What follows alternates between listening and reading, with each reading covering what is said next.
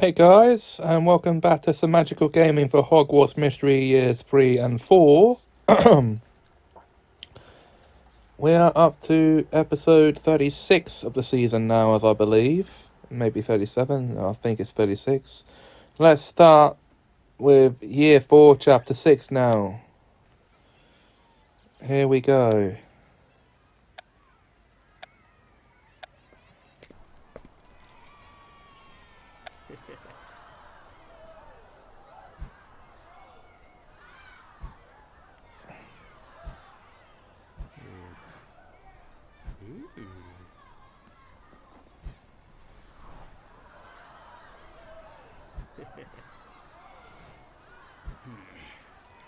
So,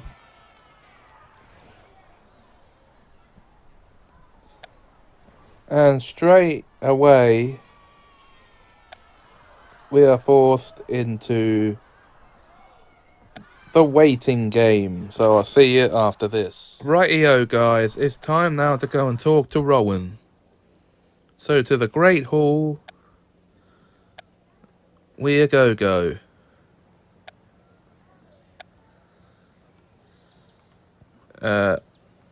Well, no.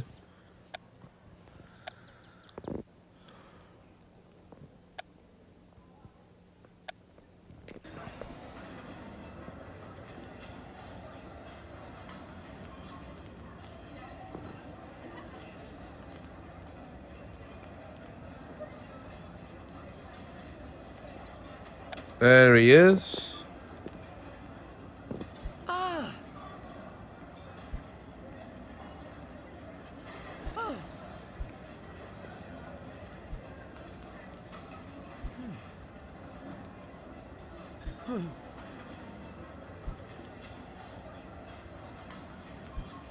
Well,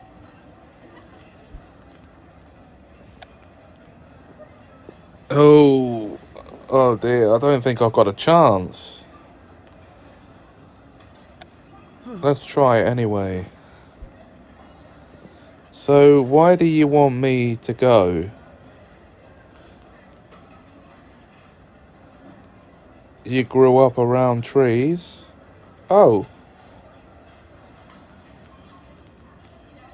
Yeah, he grew up on a tree farm. What if we get caught? We won't get caught, that's the right thing to say.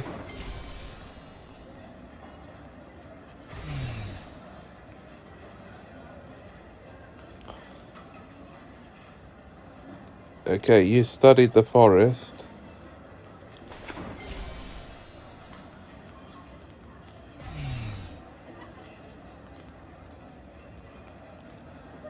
Again, we won't get caught.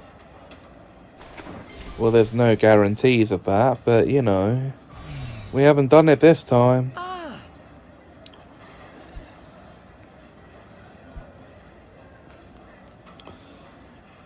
I can't get detention.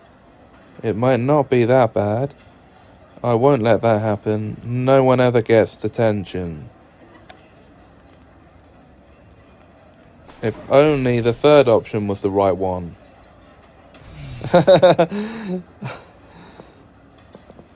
I'm worried about the creatures. Forest creatures are harmless. We'll protect each other. You can outsmart them. We'll protect each other. No, we haven't done it.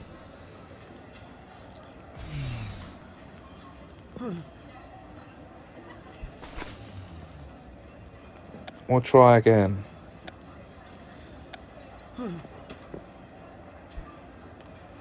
So why do you want me to go? You studied the forest.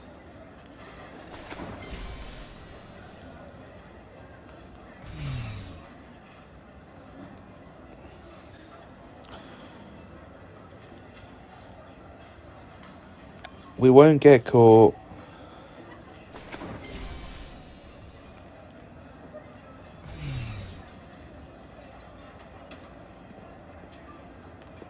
Again, you've studied the forest. Why do we have to repeat the same answers?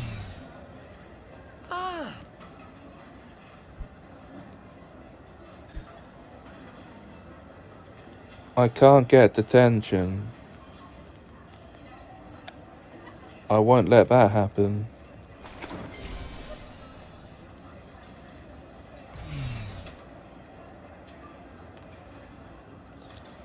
I'm worried about the creatures. We'll protect each other.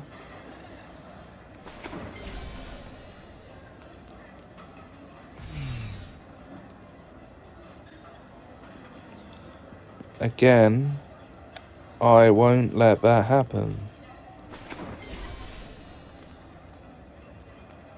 Again, we haven't actually done it again.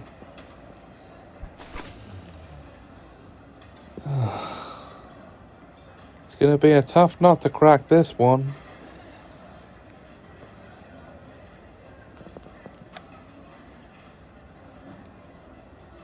But it looks like...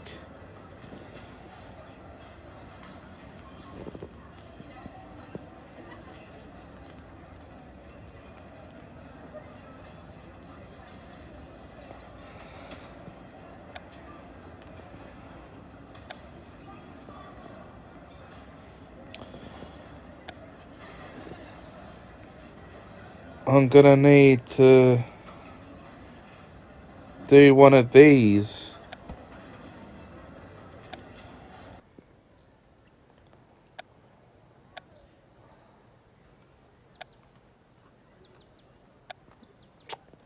Oh, that sucks.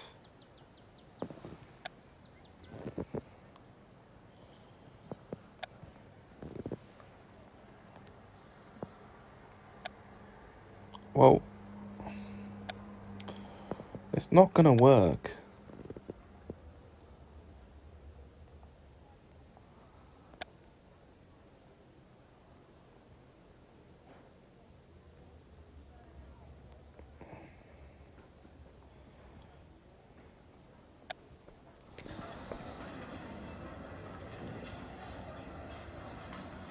So I find myself having to do this.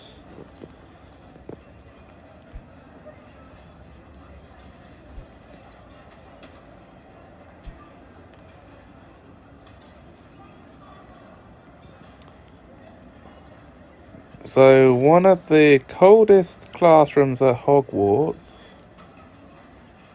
I wonder what...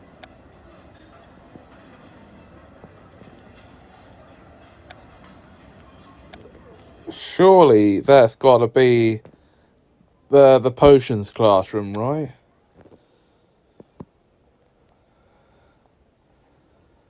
So I've gotta go to the dungeons.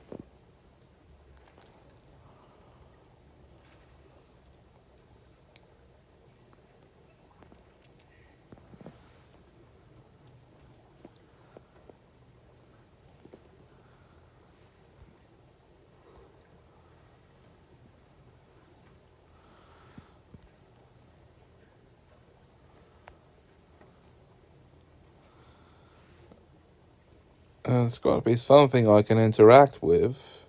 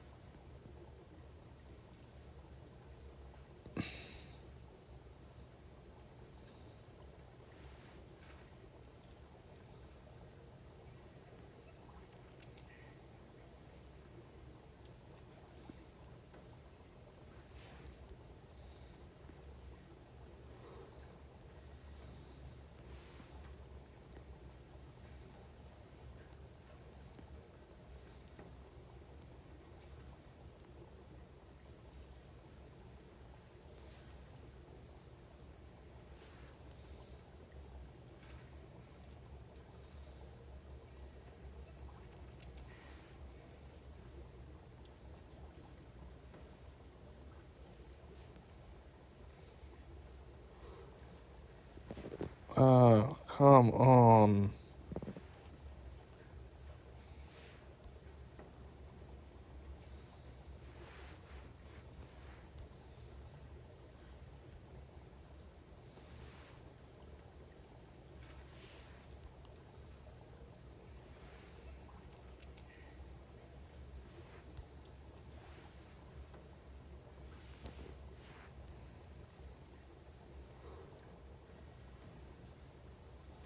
What exactly is it I'm supposed to be looking for?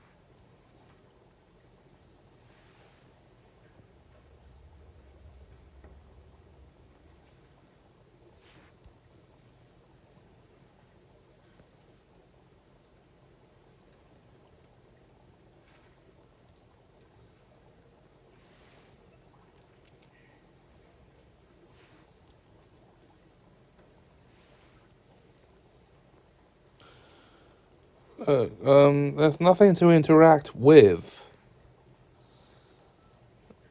Like, nothing I've seen around here so far has glowed white.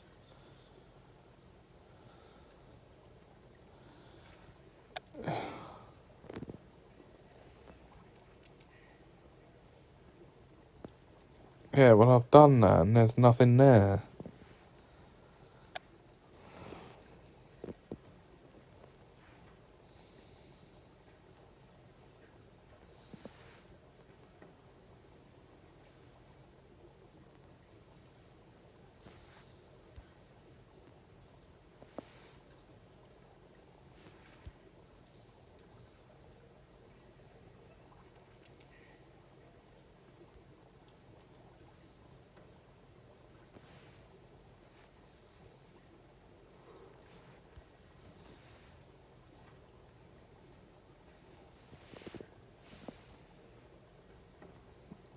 Look,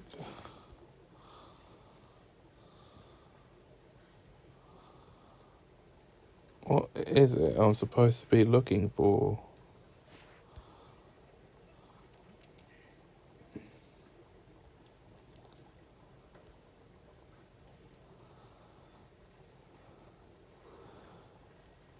And remind me again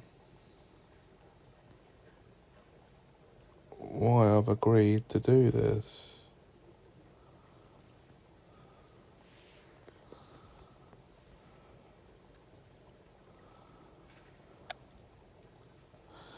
There's nothing to find.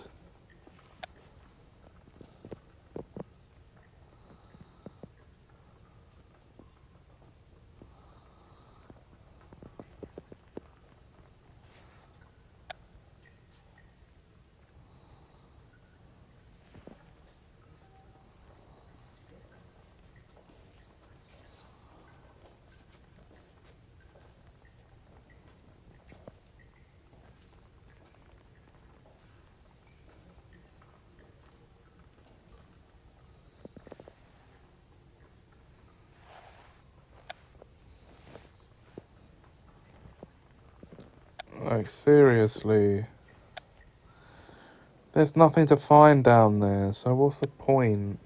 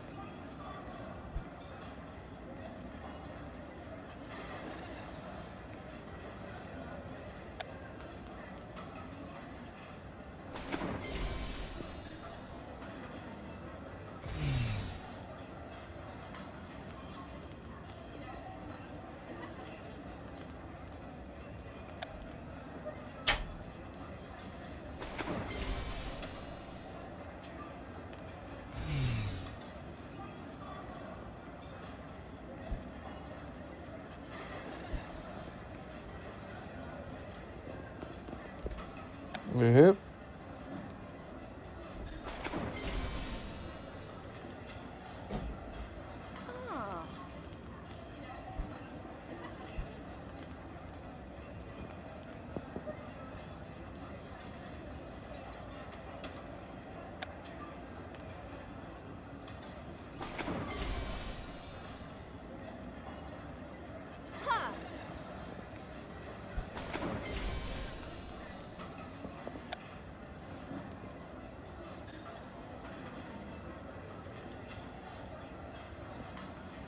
Right.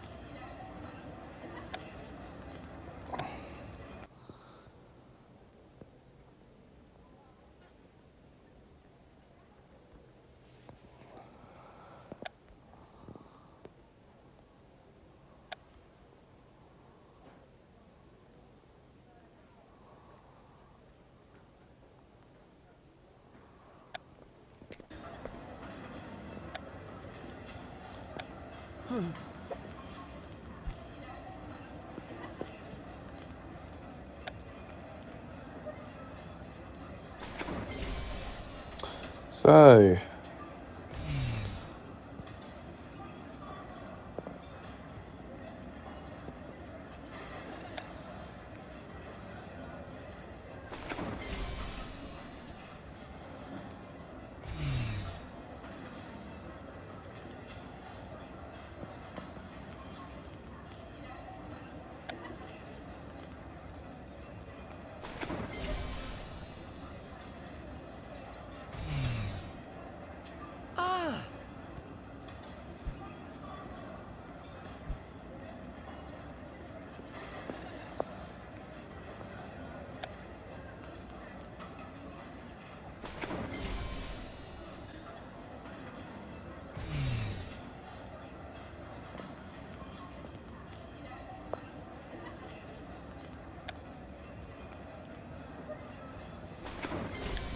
we're doing this again, are we?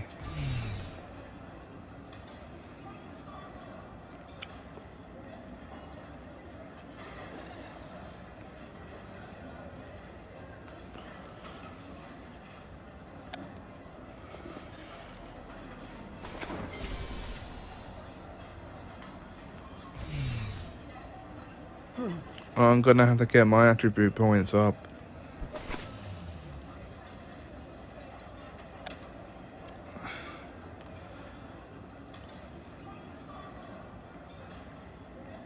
And I'm not gonna do that on screen, so we'll take a break.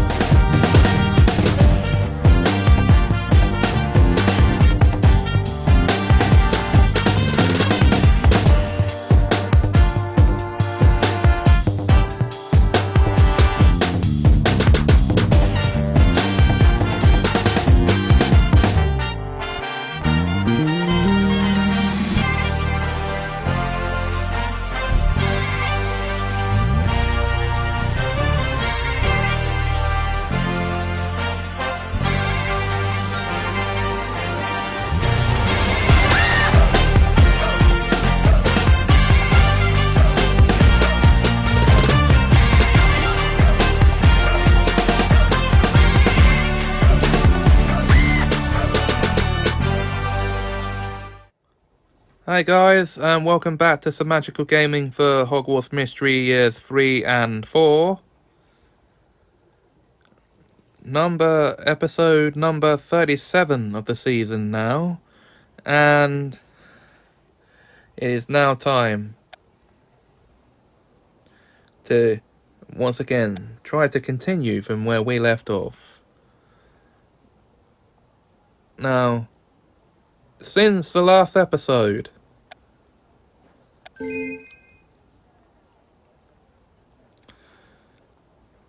I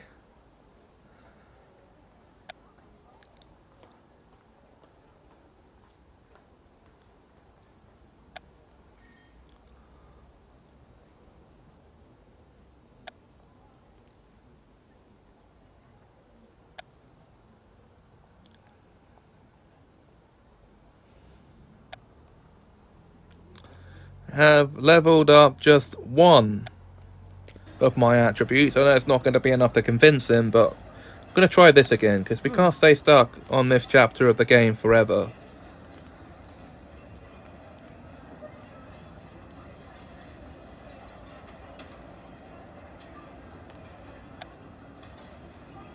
So we know the right things to say from last time.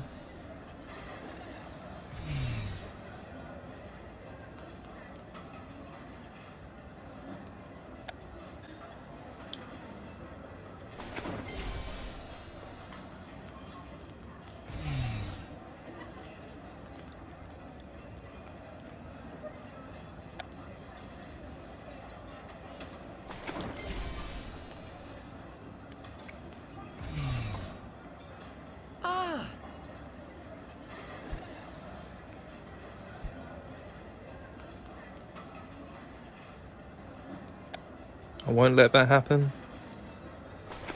Yes, it's totally the right thing to say in this situation. Okay. So I'm worried about the creatures. We'll protect each other.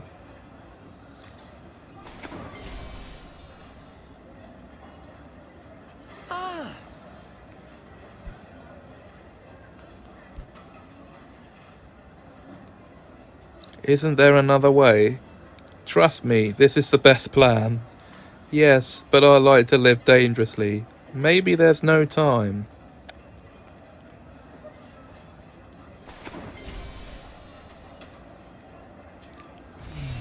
Oh, almost. Right. You'll just excuse me, guys. I need to go and...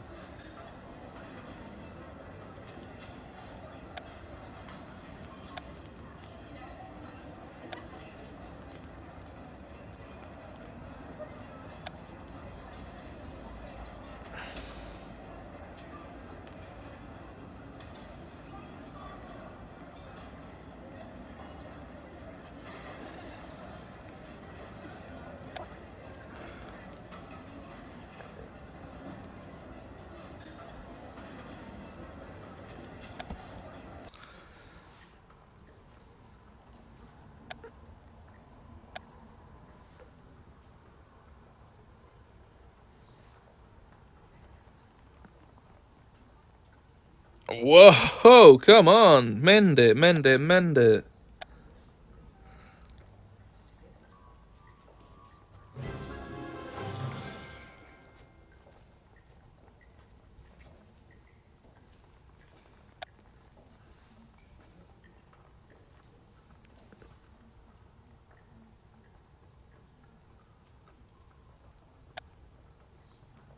And we have another adventure.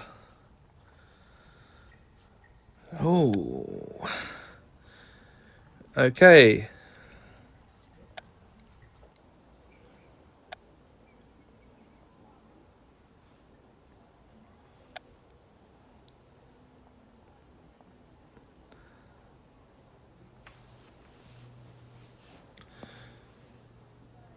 This one I think we will give a go, have a go at.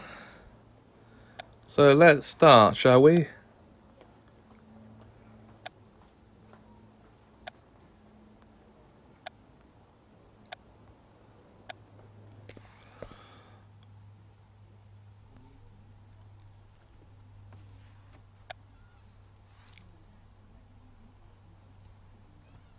Ben, what's wrong? You said this was an emergency. Someone trespassed. Artifact room. Help. What? Calm down and start from the beginning, Ben. Sorry, I'll try. My cauldron accidentally exploded in Professor Snape's face in potions, so I came here to hide from him. That's when I noticed things have been all moved around. Someone must have broken in and searched it. It is messier than I remember, but professors and students are always coming and going from this room. Are you sure one of them didn't just forget to clean up? Sure. I'm sure. Is anything missing? No, but I just know someone who doesn't belong was in here.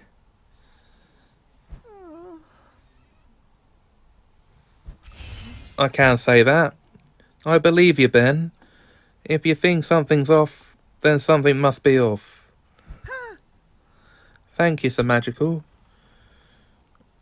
Why don't we search the room? If someone really was in here, they might have left some clues behind. Yeah, that's a good idea.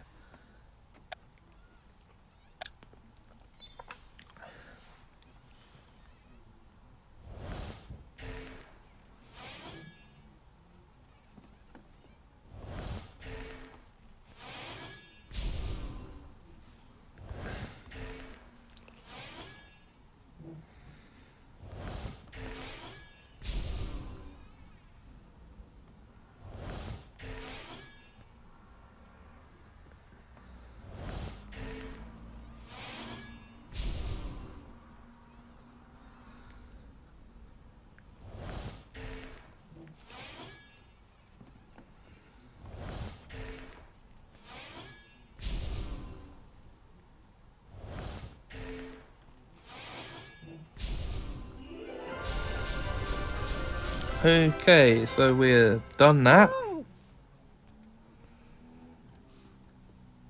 It looks like you were right to be suspicious, Ben. I found a black quill while we were searching. Is it another transfigured message from R? There's only one way to find out.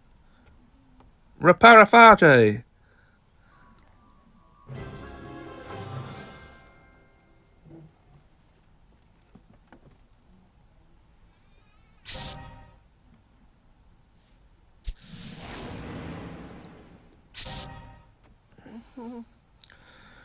I knew I was right to be paranoid. You read it's a magical. I don't have the nerve. What are you in Gryffindor for then? It's time to unleash it on Hogwarts. Ensure Dumbledore does not get in our way. In your way. Consider this a test.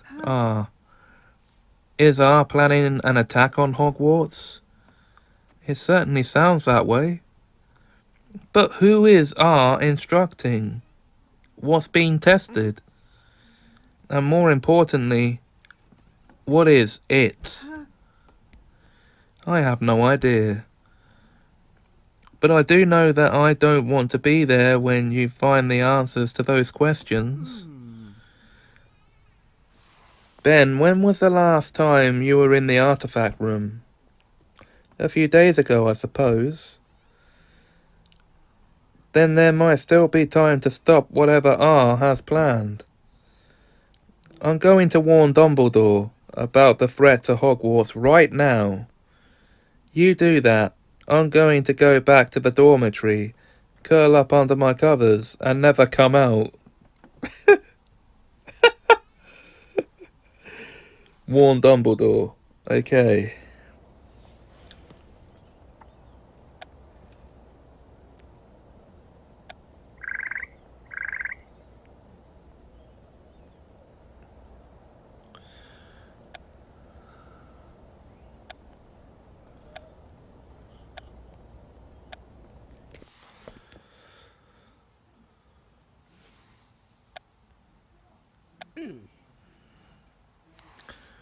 Albus, are you certain we shouldn't warn them? Oh.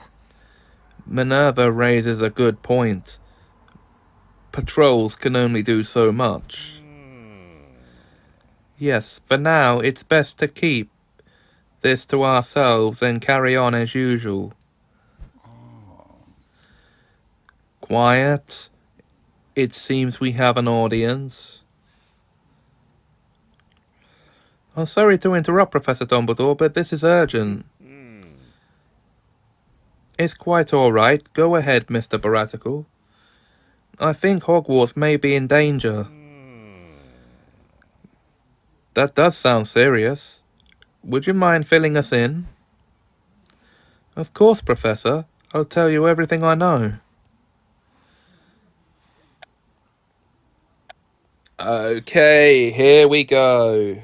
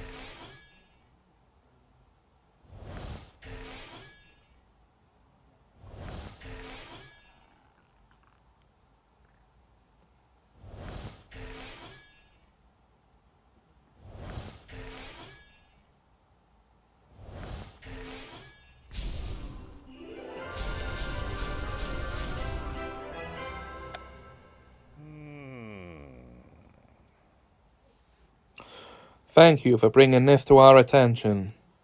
You're welcome, but you don't seem very surprised to learn all of this.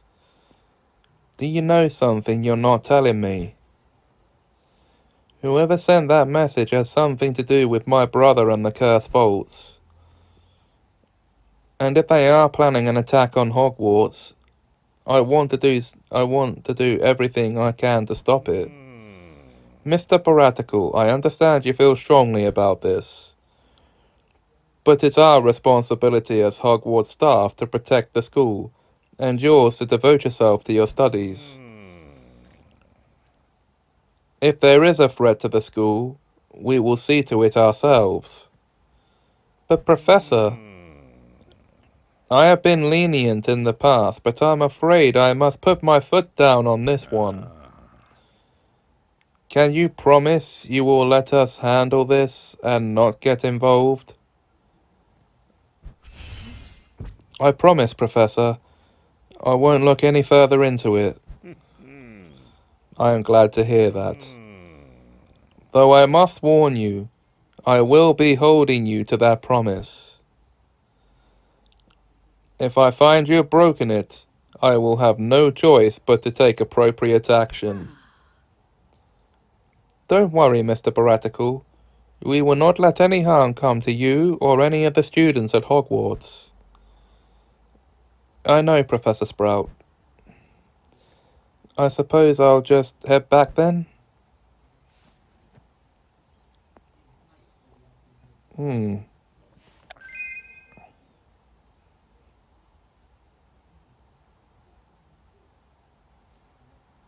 Check on Penny.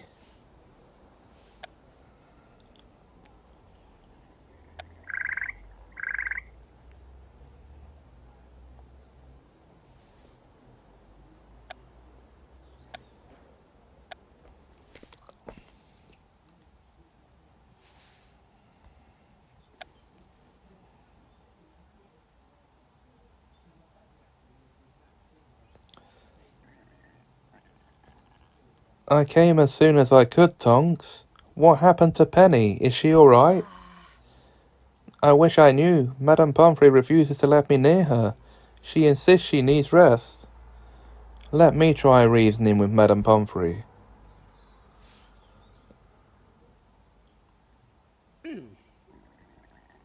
Found her unconscious on the ground, the poor dear. It's a good thing you came upon her when you did. Any longer, and she might not have.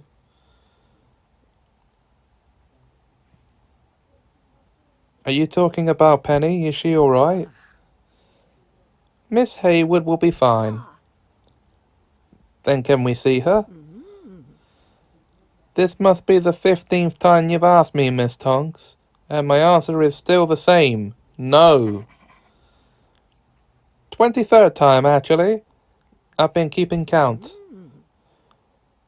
Number of requests aside, Miss Hayward will be all right, but for now she needs to rest. Please, Madame Pomfrey, Penny's one of our closest friends. We just want to wish her well. It could help cheer her up, Poppy. But she's sleeping. We don't mind waiting until she wakes up. Very well, but if you're going to just stand around, you might as well make yourself useful. Check in on the patients while I'm away fetching Miss Hayward some chocolate from the kitchens. And I'll allow you to briefly talk with her when she wakes up. Now get started before I change my mind. She was attacked by a Dementor. Oh my word.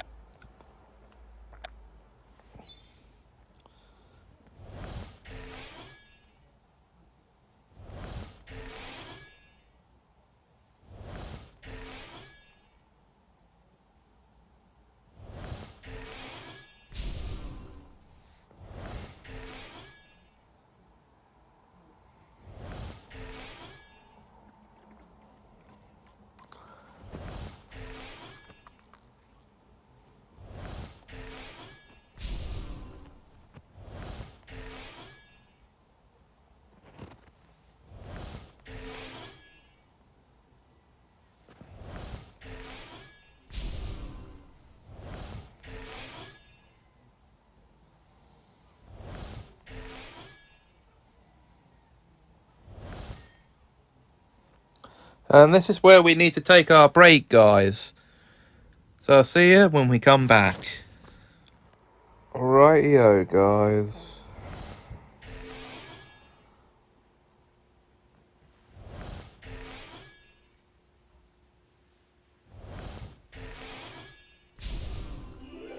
We have completed this task. Semajical, Tonks. Penny, you're up. How are you feeling? Better now, though I think I had a nightmare. McGonagall said she found you unconscious on the ground. What happened?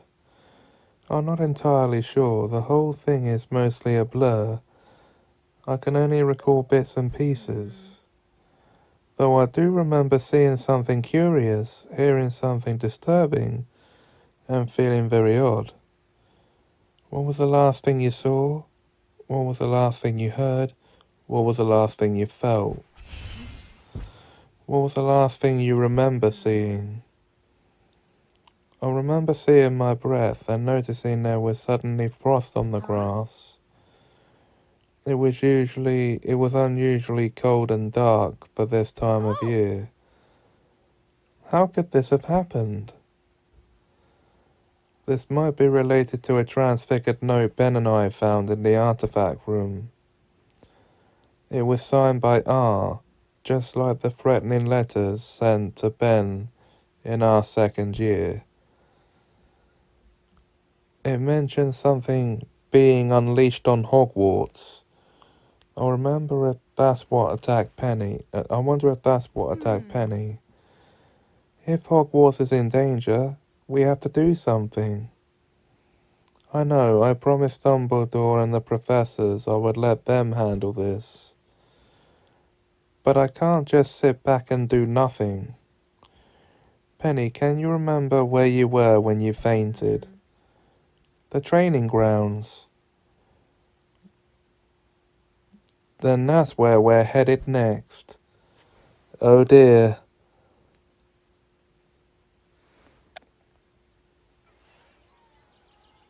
I'm getting involved again after promising I wouldn't. That's not how promises work.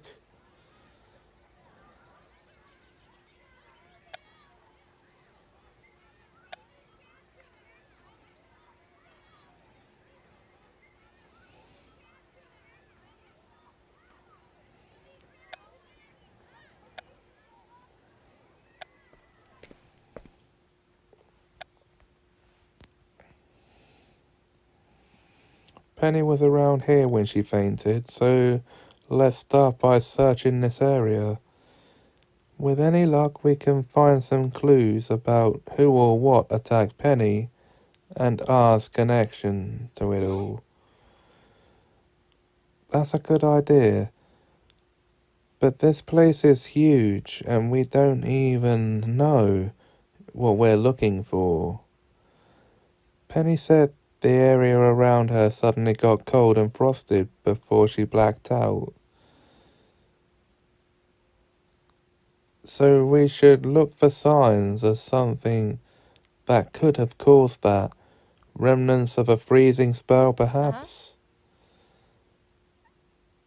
Got it. Let's start searching. I don't want anyone else to get hurt. Okay, that sounds like the effects of Dementors to me. But that's it for this episode, guys. We'll continue this next time. Until then, if you enjoyed, please like, comment, share and subscribe. Thanks for watching and have us a magical time. Okay guys, we're back and it's time to continue.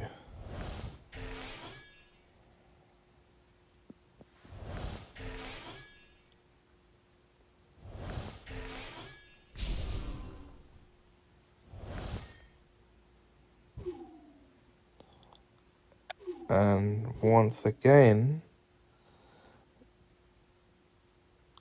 I make myself run out of energy points, so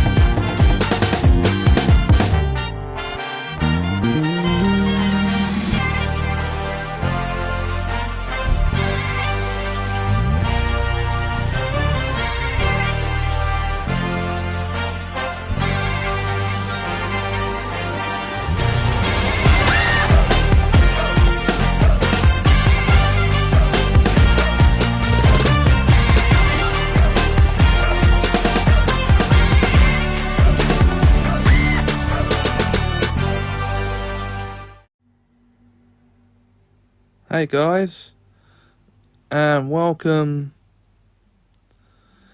back to Semajical Gaming for Hogwarts Mystery Years 3 and 4. We're on episode 38 of the season now, and it's time to continue from where we left off. We are now playing through the Patronus event.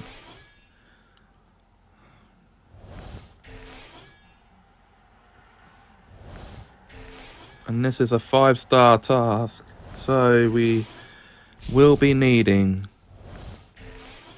to collect all 5 stars. This is something I thought I should do in between the story.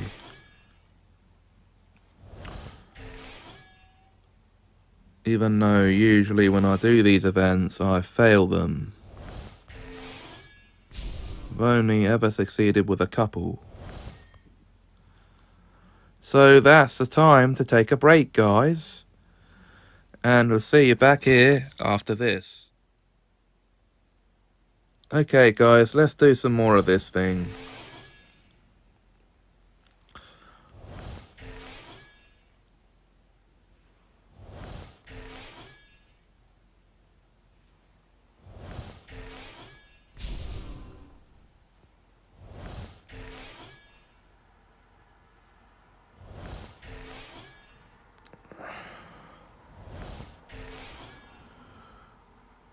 And that is it. For now, anyway. We need to wait for the supply to stock back up. After this, guys. Well, guys, let's see if we can finish this thing. There we go. Let's see if we can finish it, and we finish it. We searched all over, but nothing seems to be out of the ordinary. If Penny had been attacked by a freezing spell, we should have found remnants of ice or frost. Perhaps Penny misremembered where exactly she was attacked. You might be right. Let's split up and search the rest of the training grounds.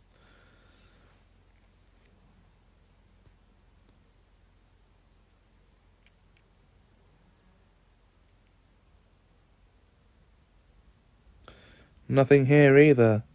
I better tell Tonks. Dementors! Who's there? Dementors! A Dementor on Hogwarts grounds? This must be what the professors were talking about in Dumbledore's office. I better do something quick, or I'll end up like Penny. Flipendo!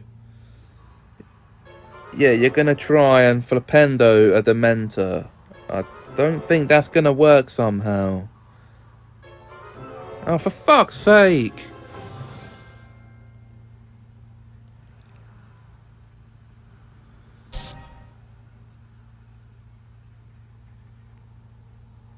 It didn't work.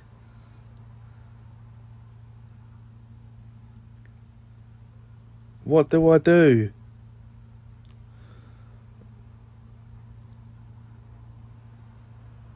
I hear a woman sobbing uncontrollably. Wait, I remember this. It's Mum. The day she learned my brother was missing.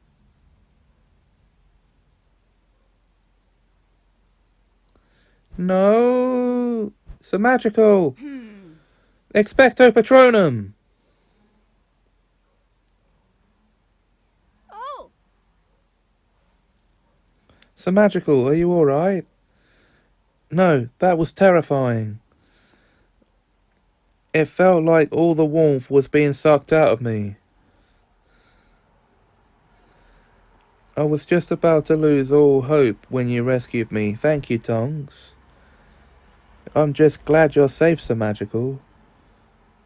But how did you drive the Dementor away? My spell didn't work at all. The Patronus charm. Remember, it's the only spell that's effective against Dementors. You can conjure a Patronus? But that's high level magic. Not many witches or wizards can do it, let alone someone our age. How do you do it? I promise I'll explain everything. But first, let's get you to the Great Hall and warm you up.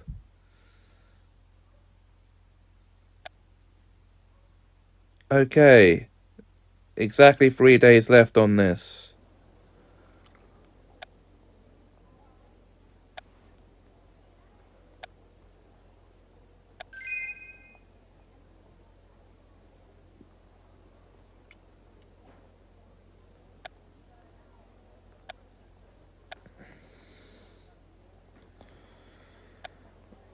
Yeah, that's what we're going to be doing now.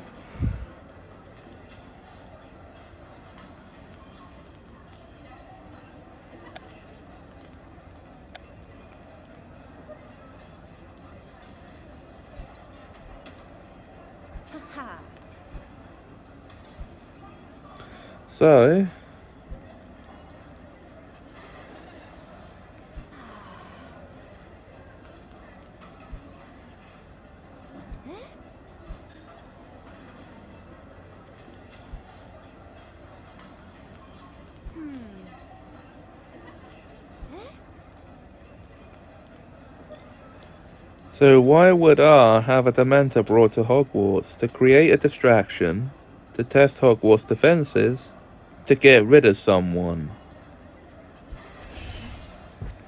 R might be using the Dementor to get rid of someone that they see as a threat. They're certainly capable of it. Just look at what this one did to Penny and me. Dementors can't kill anyone, but they can consume a person's soul, leaving nothing but an empty shell behind. It's said to be a fate worse than death, but there's no chance of recovery. You'd have to be truly evil to be willing to do that just to get someone out of the picture. That's exactly why we need to be ready for anything, including facing the Dementor again if it comes back. But in order to get ready, you need to teach me the Patronus charm. I'm not sure, Semajical. It might just be easier to handle this on my own. The Patronus charm is an extremely difficult spell to learn, and I'm not exactly the professor type. Plus, even if you do manage to learn it in time, fending off a Dementor isn't easy for a beginner. I'd rather take care of the Dementor myself, so neither you nor anyone else gets hurt. Please teach me, Tonks. If the Dementor attacks again, I'll be defenseless if I don't know the Patronus charm. Let's talk about it. Perhaps I can change her mind. Oh, it's one of these. Well, it should be easy enough to convince her.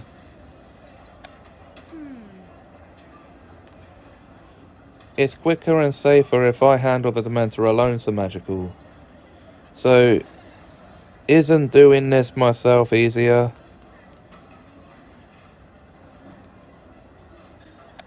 We'll be stronger together.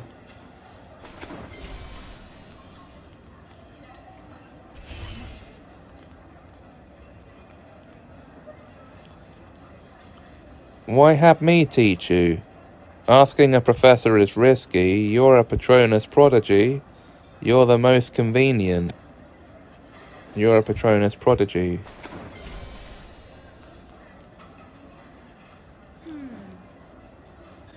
You're wearing me down, Semajical, but I still think it's better to handle the Dementor by myself.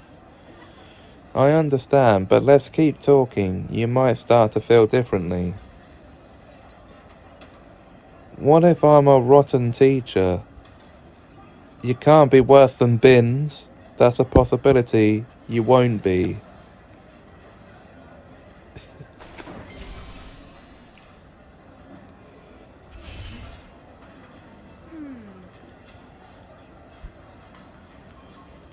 Let's keep talking them through, Tonks. I think you'll feel more confident about the idea.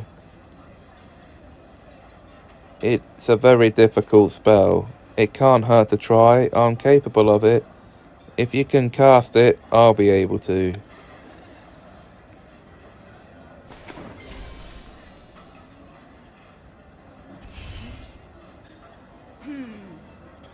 You've convinced me, Semajical.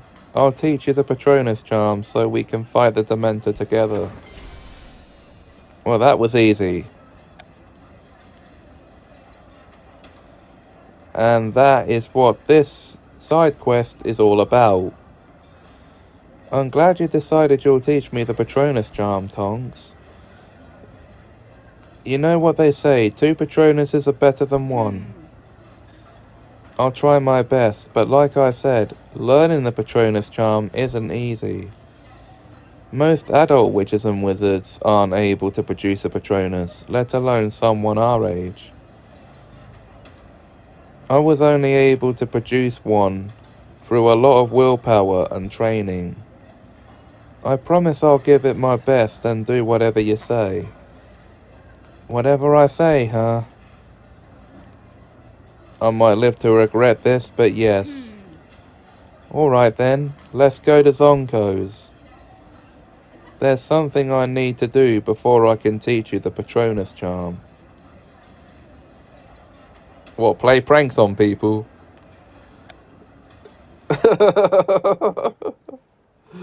We'll skip this for now and collect that.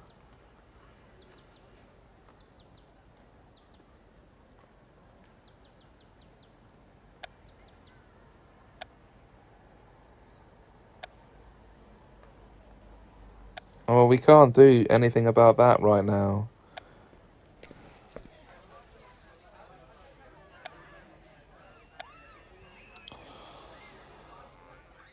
Tonks, the Dementor could come back at any time. I need to learn the Patronus charm as soon as possible.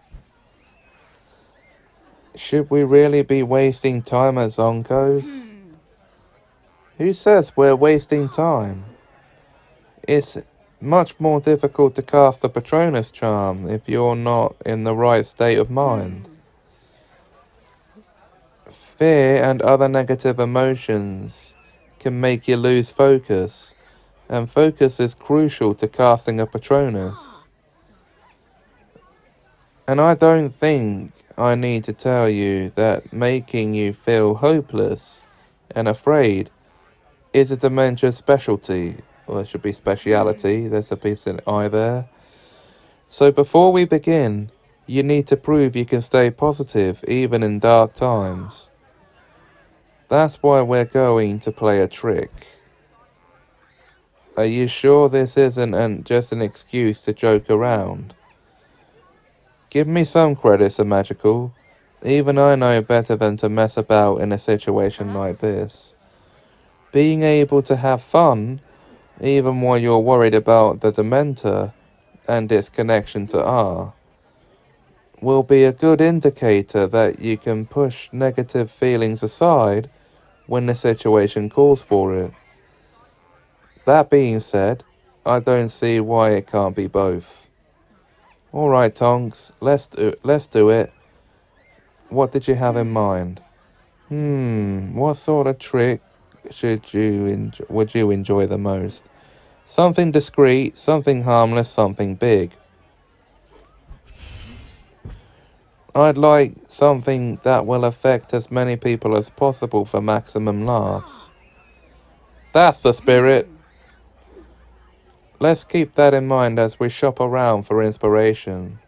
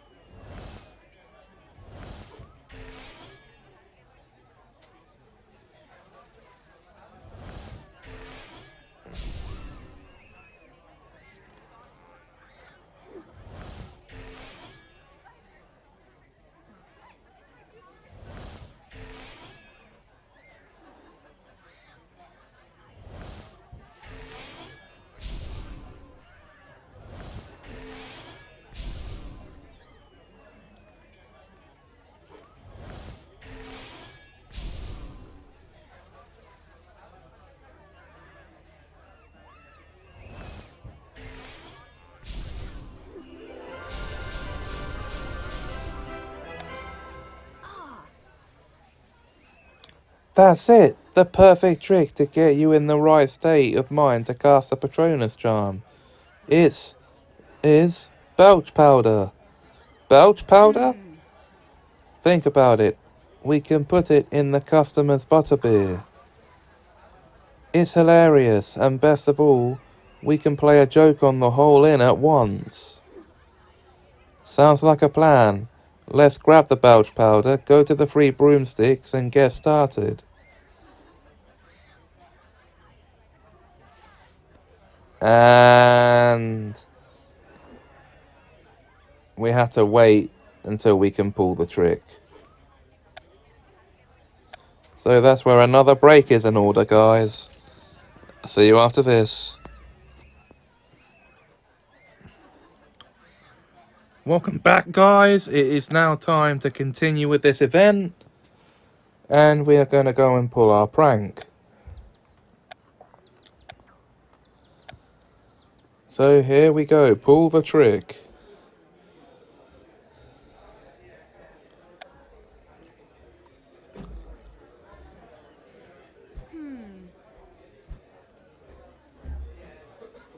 Ha.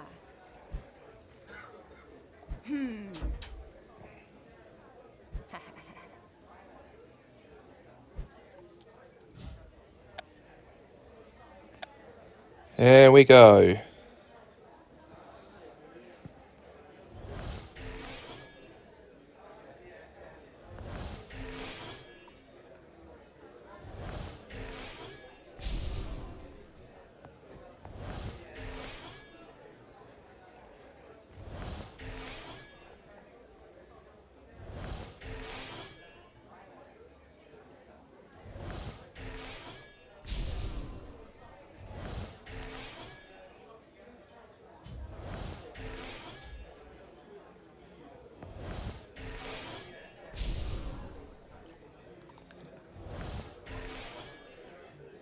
And we need to take another break, guys, because we are out of energy points. So I'll see you soon. And we're back, guys. It's now time to continue from where we left off.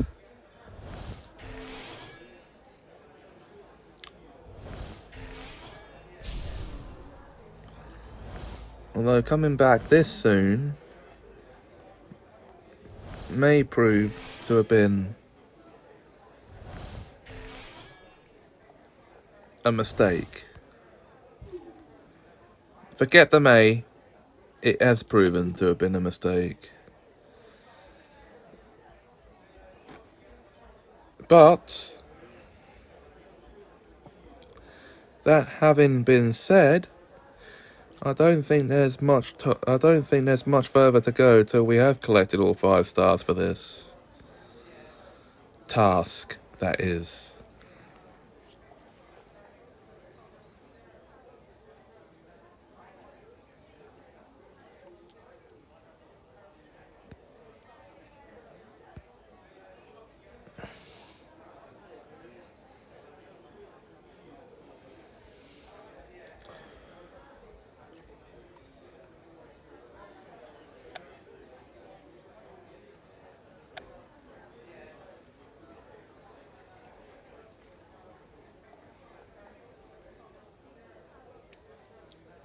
Excusez-moi.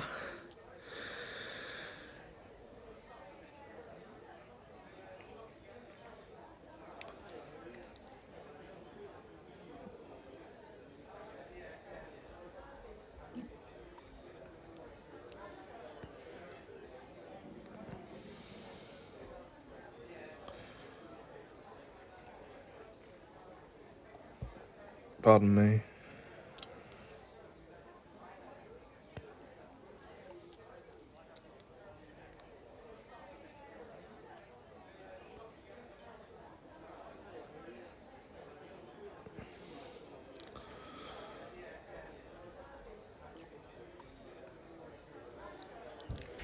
Whoop.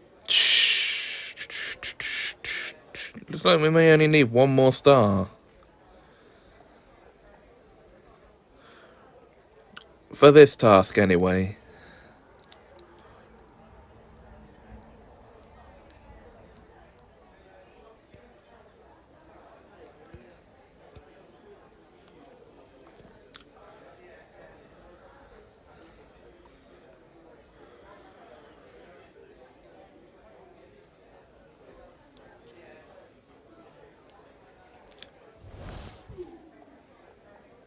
Well, I'm gonna go and try this, guys. See you after this. Out.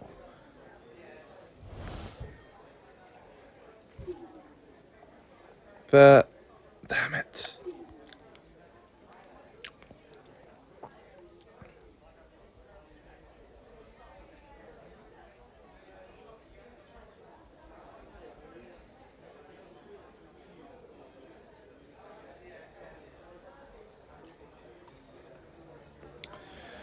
It's not going to take too much longer now, though, guys.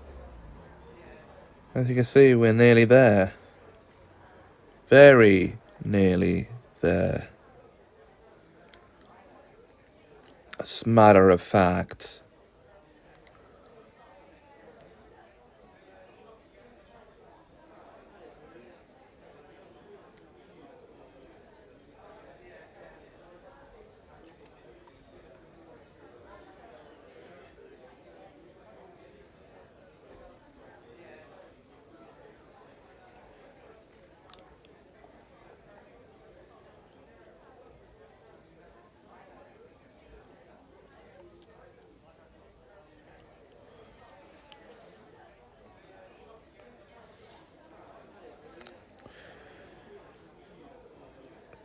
So what are y'all up to, guys? What are y'all up to right now?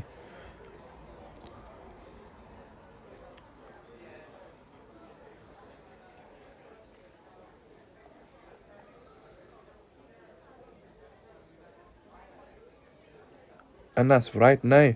At the time of this recording. Or by the time you're seeing this on channel, if you can.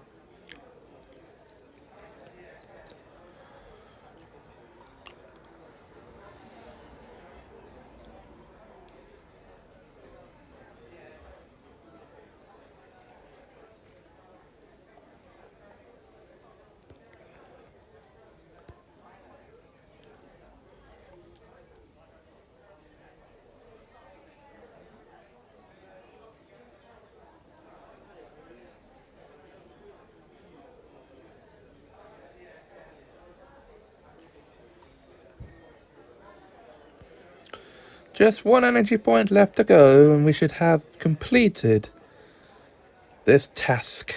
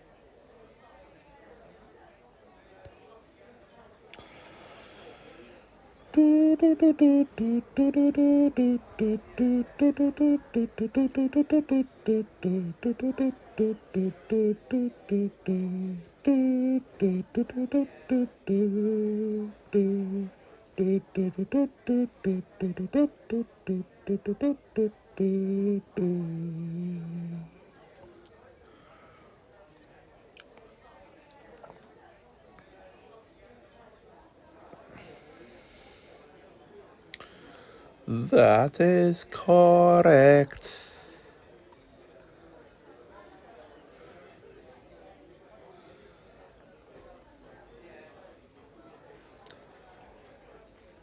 You is better believe me.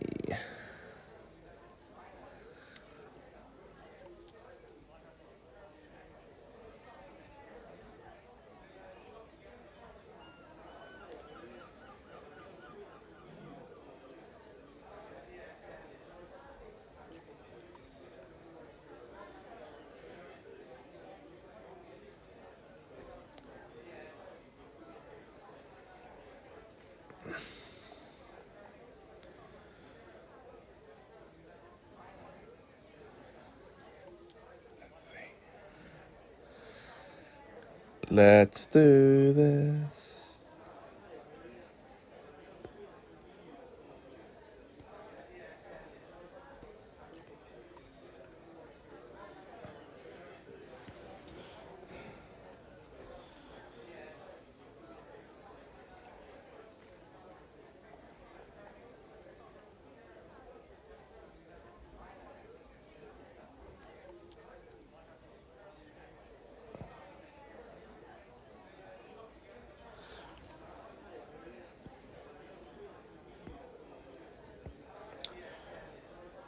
thought that may just be the case.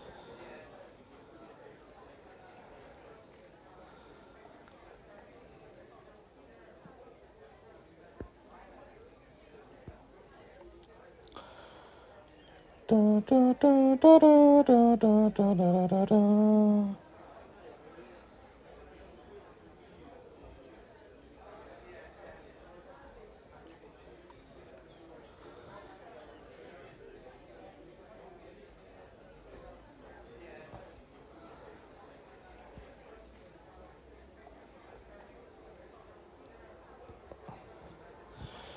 Is that so?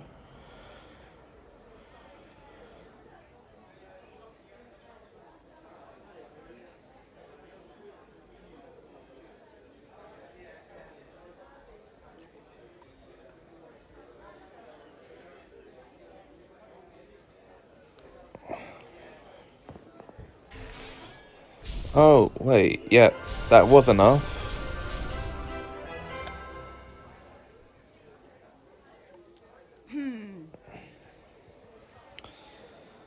Thank you for distracting Madame Rosmerta. I was able to pour the belch powder into the butterbeer cakes.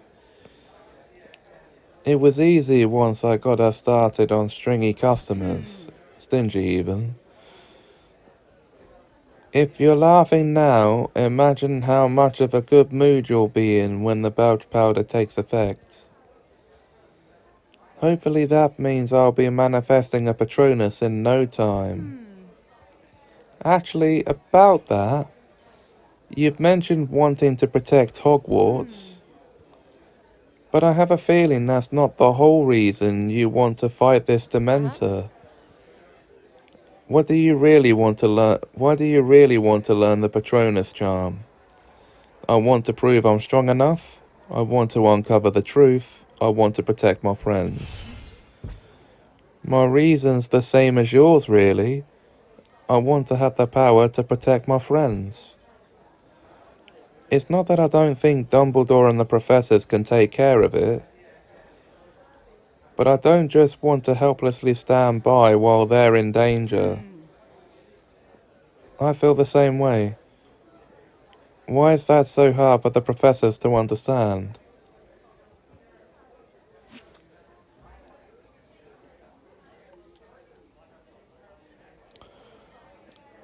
What's going on?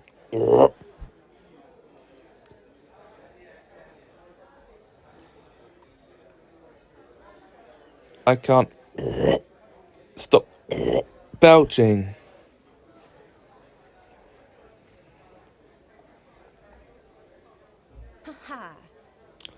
Semajical, look. The belch powder has started to work. Is starting to work. The whole inn's in a panic. Isn't it brilliant? Yes, brilliant. What's the matter, Semajical? You don't look like you're having fun at all. I was until I noticed a note on the table over there that looks like just like the one from R, transfigured and left. I don't think it's another note from R, do you? Yeah, there's only one way to find out. What does it say, Sir Magical? As requested, I brought the Dementor to Hogwarts. It has already made contact. Despite an encounter with Hogwarts staff, I ensured it eluded capture. I will continue to keep an eye on the situation so far. The sentence just trails off after that, like it wasn't finished. Whoever wrote it must have been affected by the belch powder and accidentally left it behind. What does this mean, Sir Magical? That I need to start my Patronus training immediately.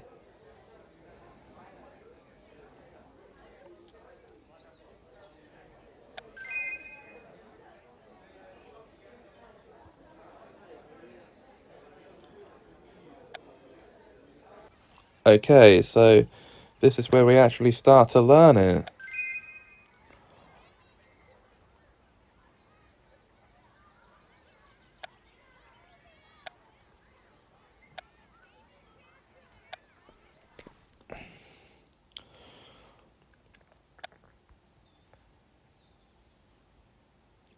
That note in the three broomsticks proves it.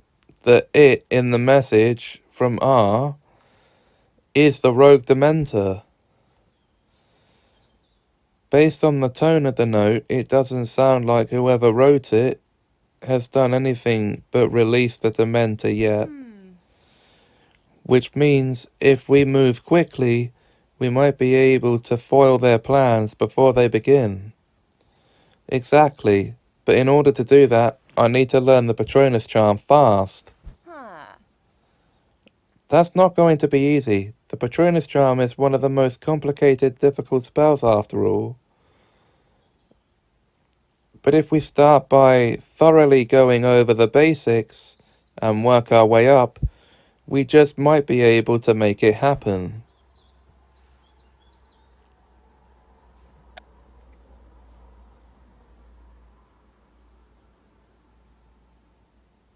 Okay.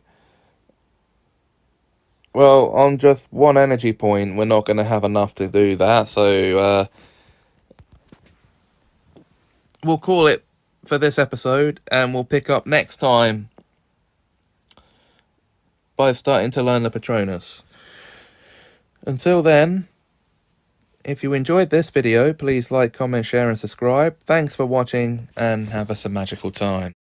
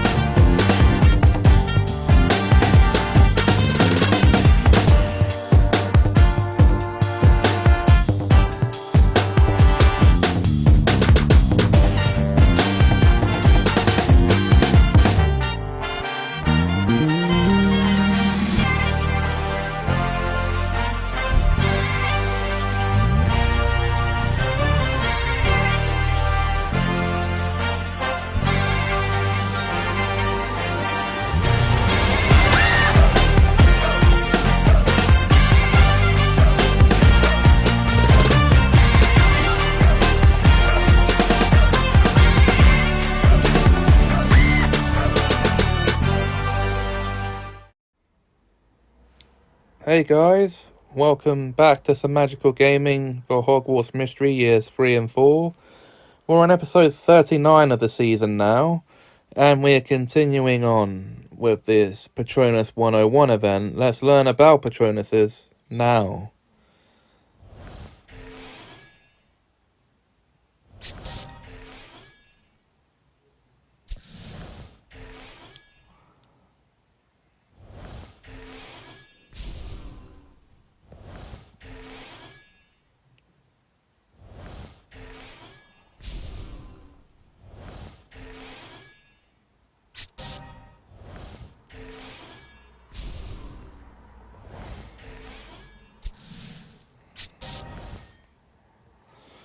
Okay, so that's where we take a break for this part, but join me back here after that. Okay, let's carry on with this now, shall we guys? We only have 2 more stars to collect. Well, for this task anyway.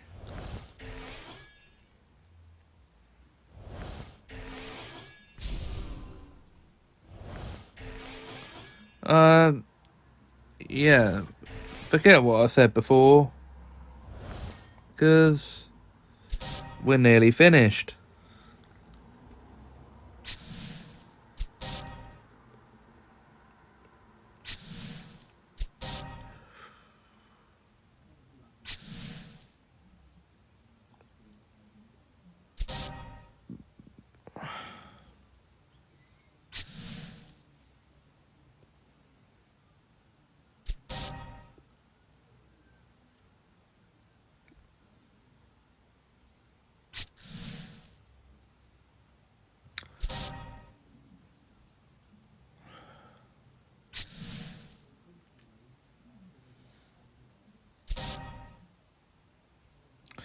If you're catching my drift.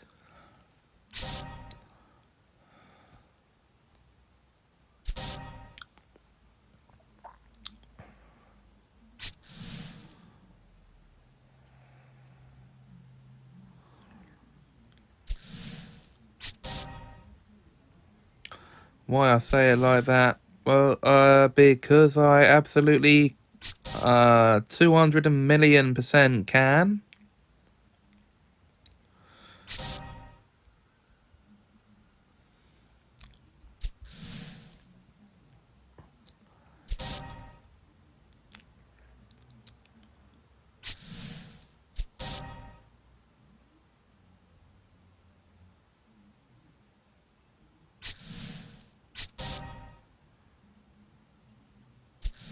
But we'll never mind that nowsies.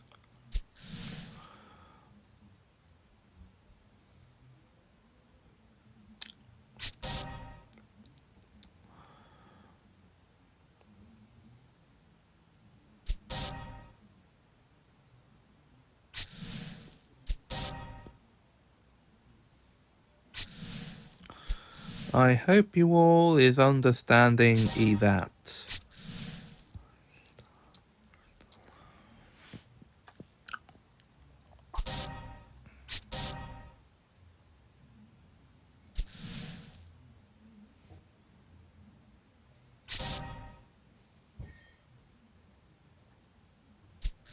Oh, what damn you.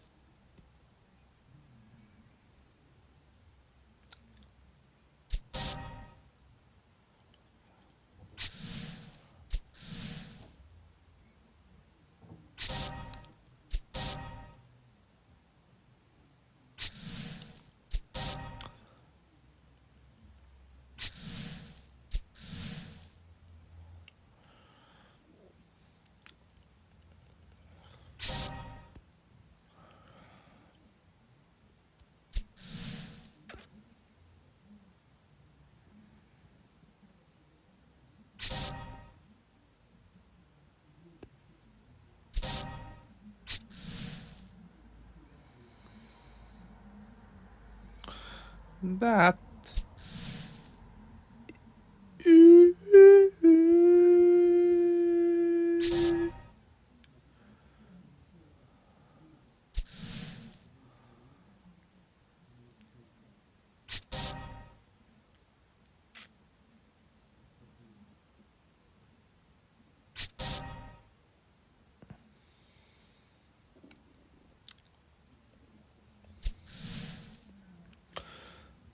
You know what I'm talking about.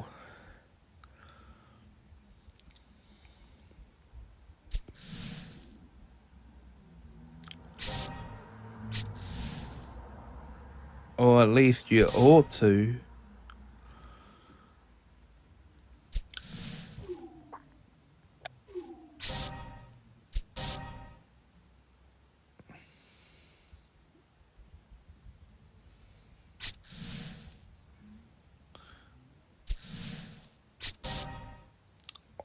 Why wait?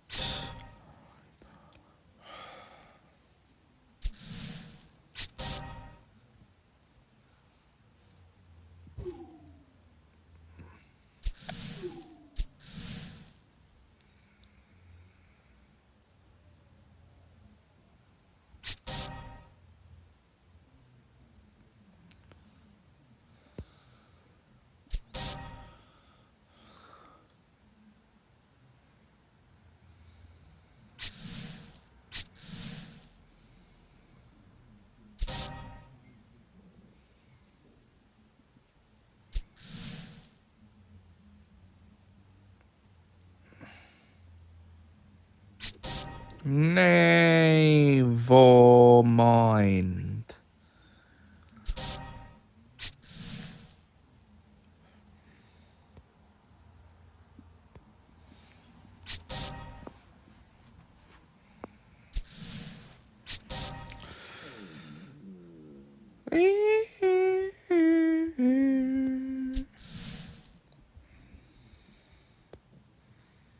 Is that so?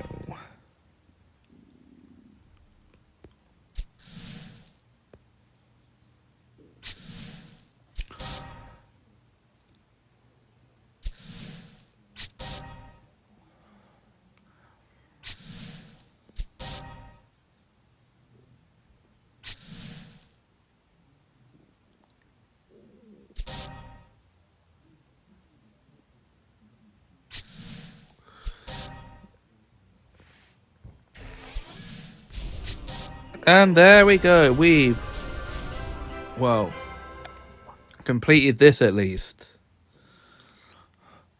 That was really helpful, but can you show me your Patronus again, Tongs?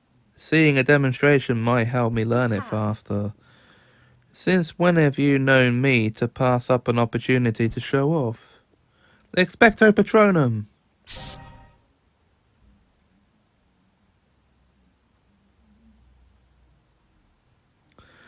It's nice to see your Patronus up close without the imminent threat of a Dementor attack. So, you are learning the Patronus charm. I know it. And what's this about a Dementor? Just what are you up to, Boratical? Mind your own business, Marula. What are you doing here anyway? Keeping an eye on you. I have been ever since I overheard the two of you talking in the Great Hall. You mean ever since you were spying on us in the Great Hall? If you didn't want to be heard, you should have gone somewhere private. How much did you hear? Just bits and pieces, enough to know that Tonks is teaching you the Patronus charm. So now you know. What do you want, Marula? Nothing from you. I want Tonks to teach me the Patronus charm too. That's never going to happen. Wait, Tonks. I think you should teach Marula. Have you gone mad, Semajical? Why should I teach someone like Marula the Patronus charm? To prove Marula's not a threat? She'll blackmail us to get her way. It's clearly important to her. Learning the Patronus charm must be important to Marula. She wouldn't put aside her pride to ask us for help otherwise. It feels wrong to deny her the opportunity when it clearly means a lot to her. Only you would make me pity Marula, Semajical. Excuse me, I'm right here. Alright, Marula, I'll teach you the Patronus charm too. But I will warn the both of you that learning to summon a Patronus is usually a long, difficult process.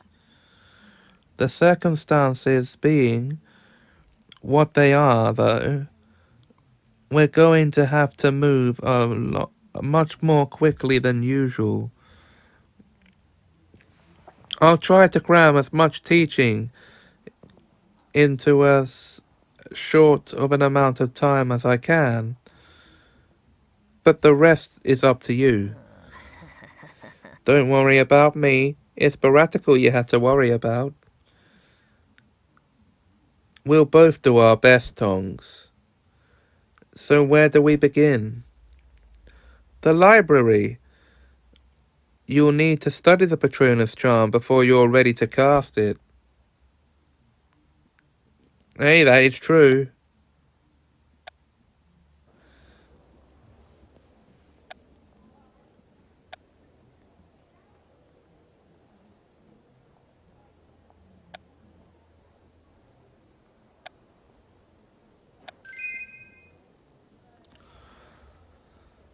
I can only do one side quest at a time. And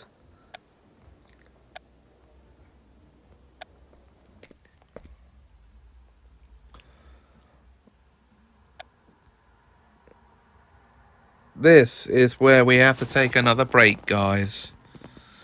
See you soon.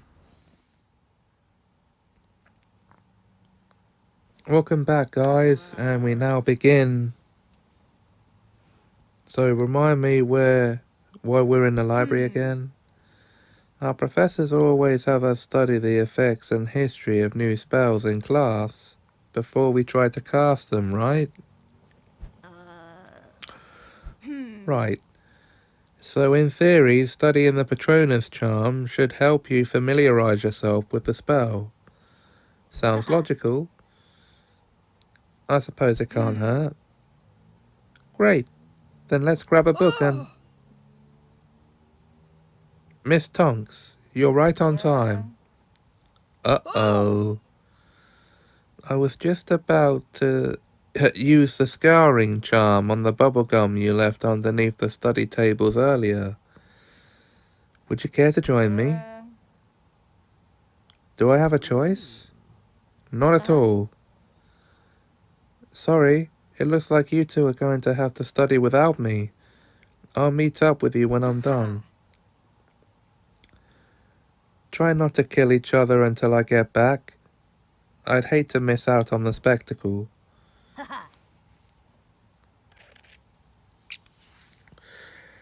Don't just sit there staring at me. You heard her. Let's start studying the Patronus charm.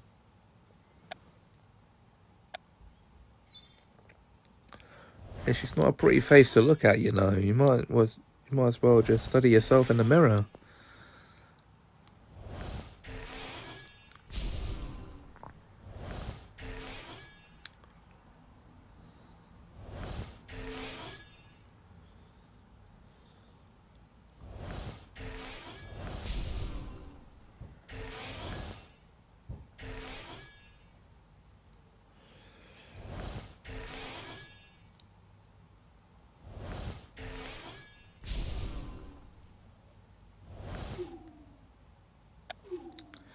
And this is where we take our break, guys. Our first one this time around. So, join me back here after this. And we're back, guys. This might prove to actually be me doing what I normally do and coming back too early to try and finish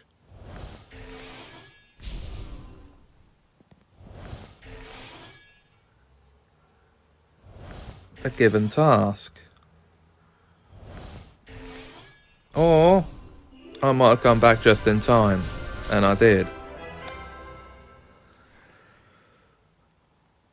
I think we've studied about all we can on our own. I'm going to go and see if Tonks is almost done. Wait, Semajical. You seem to be in an awful rush to learn the Patronus charm. What's going on? This has to do with the Dementor you mentioned, doesn't it? I suppose you're bound to find out eventually. A Dementor has come onto Hogwarts grounds. The whole reason why I'm learning the Patronus charm is so Tonks and I can face it together. What? But that's impossible. Dementors are supposed to be in Azkaban. I know. But one's here, and Penny's already got hurt because of it. We need to stop it quickly before anyone else is attacked. A Dementor wouldn't just wander into Hogwarts. How could it have got here? I don't know, or someone brought it here. Well, that's the honest truth, but I can't use it. So, I don't know. Right now, Tonks and I are just focused on protecting Hogwarts from it. You're telling me you haven't thought about what else might be at play here at all? Either you're lying or you're more short-sighted than I thought. You know, Marula, you seemed awfully interested in learning the Patronus charm yourself. Why's that? Why do you think? It's obviously so I can prove that I'm the greatest witch at Hogwarts. Honestly, what's taking Tonks so long? I could have taught myself the Patronus charm by now.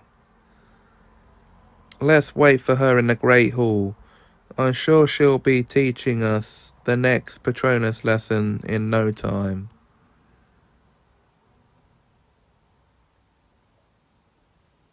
Prepare for the Patronus. Okay, we're nearly there, guys.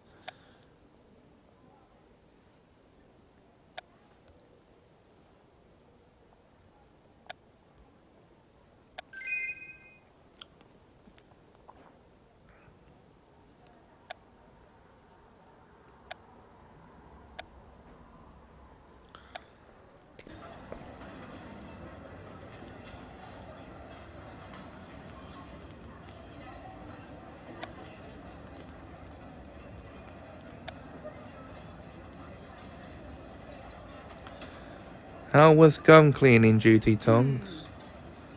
Let's just say, I'll think twice before chewing bubblegum in the library again. I'll still do it, but I'll definitely think twice about it first. As riveting as I'm sure your gum cleaning tales are, can we get back to learning the Patronus charm? I can't believe I'm saying this, but Marula's right.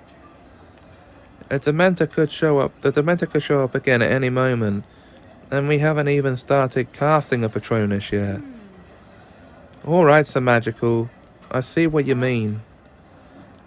But there's still one more thing you have to do before you can cast a Patronus. You must come up with a happy memory.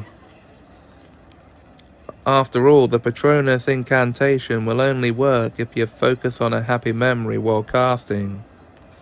A happy memory? Well, no. It has to be a significant, extremely happy memory. The happiest memory you can think of. When a Dementor feeds on a person's happiness, it leaves nothing but sadness and despair behind.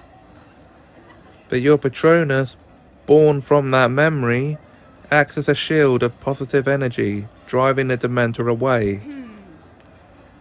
Needless to say, having a happy enough memory in mind is crucial to casting the Patronus charm. How will we know if our memories are powerful enough? Let's brainstorm happy memory ideas with Tonks. She should be able to give us some feedback on that. And we'll have to do that next time because we're out of energy points right now. So see you then, guys. Well, guys, we have returned and it is now time to do this event, the brainstorm ideas.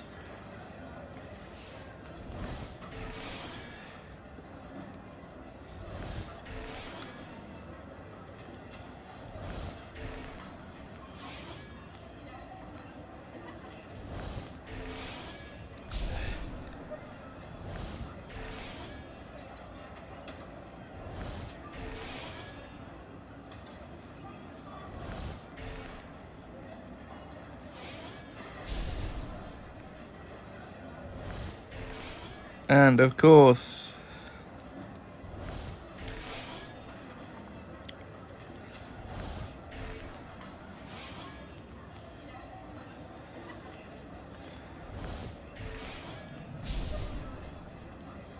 that puts us out of energy points right now.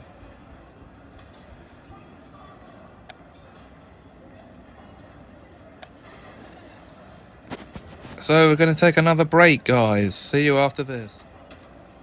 Okay, guys, now let's finish this task.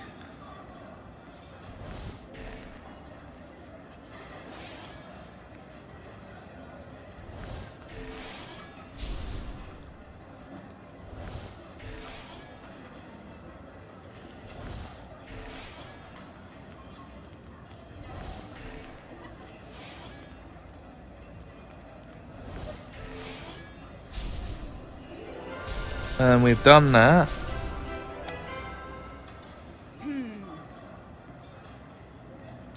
Now that you've had a chance to think about your options, What happy memory are you going to think of when you cast your Patronus charm? Semajical.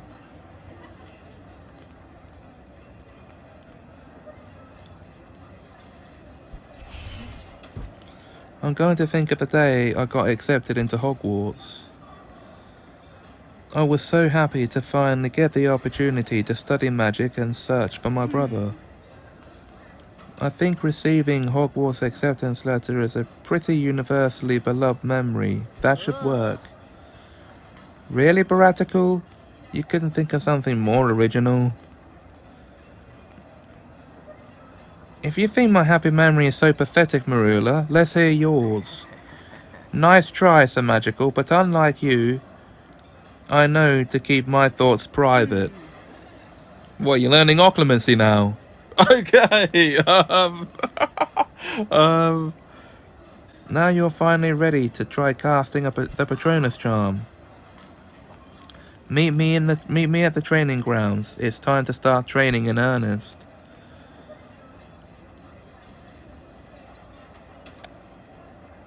Okay, this is what it's all been building up to, so here we go.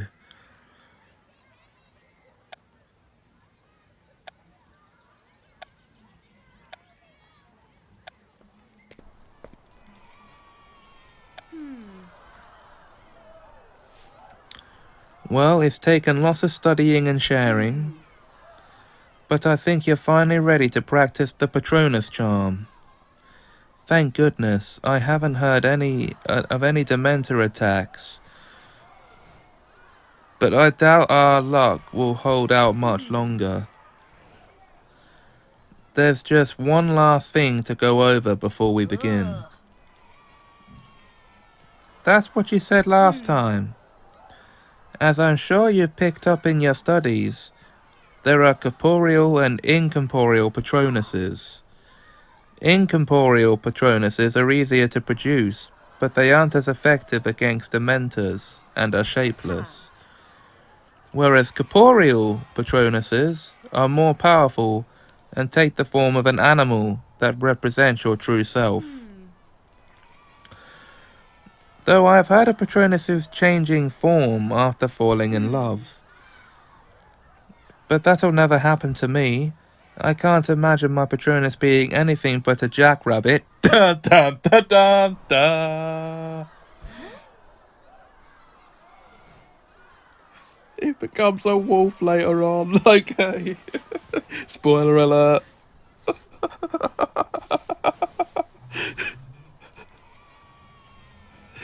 Anyway, I was wondering, if you do manage to produce a corporeal Patronus, what animal do you hope it'll be? I thought you weren't able to pick what your Patronuses will be. That's right. It's impossible to know what form it'll take until you conjure it. I know, but if you do manage to produce a corporeal Patronus, what animal form would you like it to take? An equine, a big cat, or a rabbit? You know what, I think an equine. I suppose I'd like it to be an equine, like a white stallion, unicorn, or a winged horse. A big, charging Patronus like that would surely send any Dementor running. Baratical does travel in a herd like a horse. What about you, Marula? What kind of Patronus do you want? I don't care what form it takes. I'd be happy as long as I'm able to produce one at all. That's practical. Personally, I could picture you with... Not that I'm not having fun predicting Patronuses, but shouldn't we start actually practicing? Sorry, Sir Magical, I got distracted, but you're right.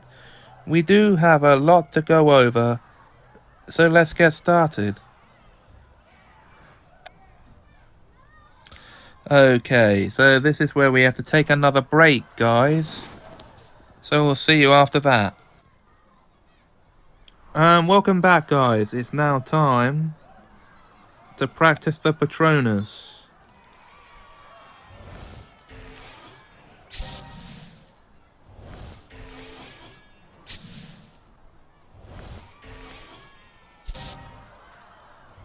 Now this, I would say, would be the perfect time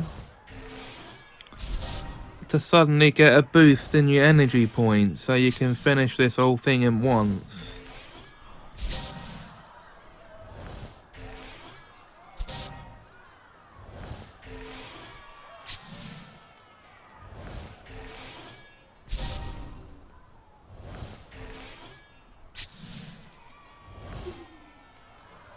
Because there you go. We are already at a point of needing another break. So that's what we're going to go and take. Right now, after this, guys, I'll be back. Rightio, guys. I know I would have come back too early to complete this, as usual. Because I hadn't even let enough energy points restart to complete the damn thing.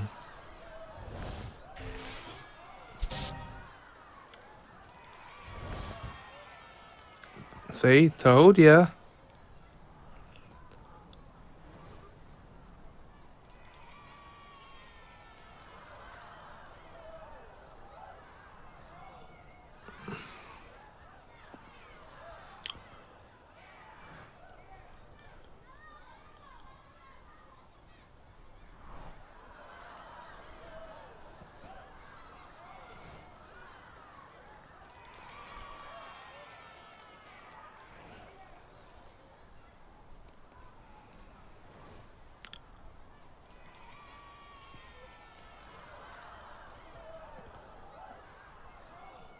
What did I say?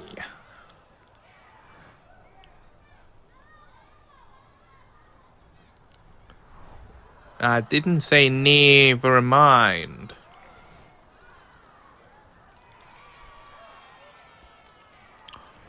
If you thought that, you were wrong. Wrong Weasley.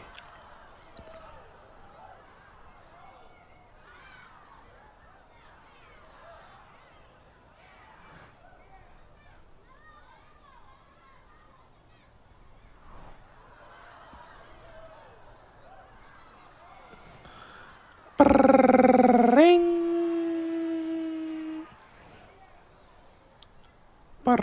Ring.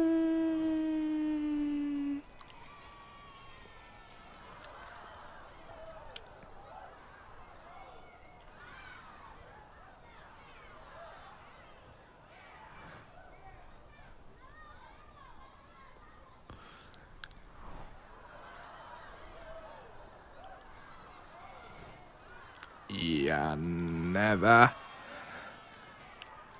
No.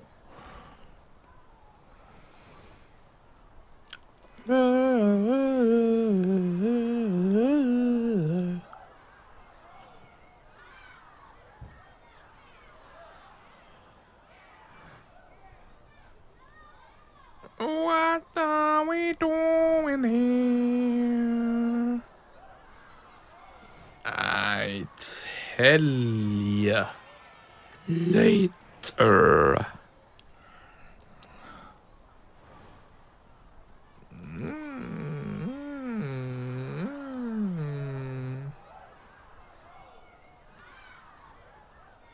How about that, people?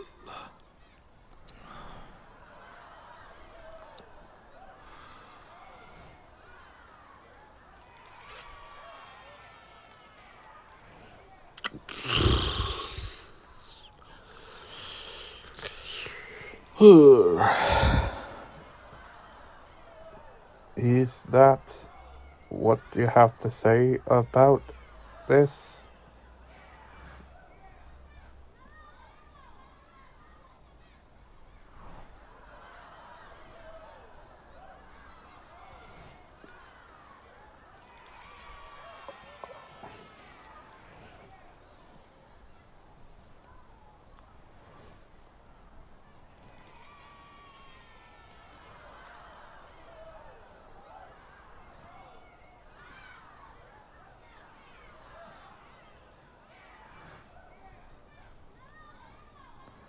Do do do do.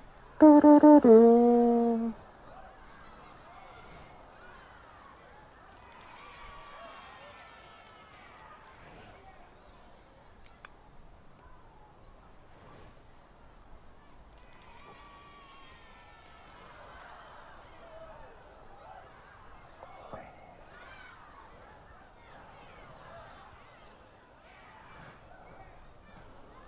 Do do do do do do do.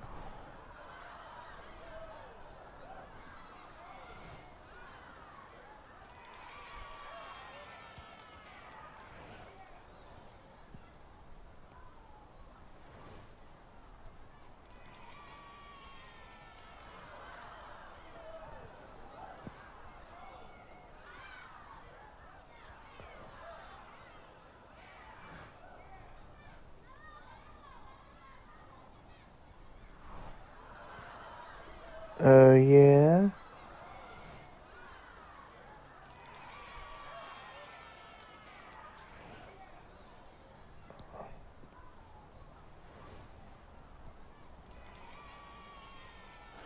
Is that all you got to say on the subject?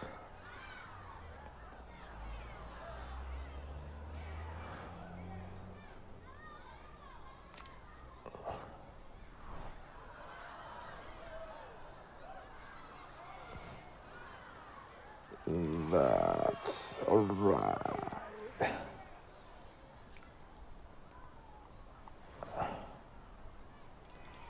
Do do do do do do do do.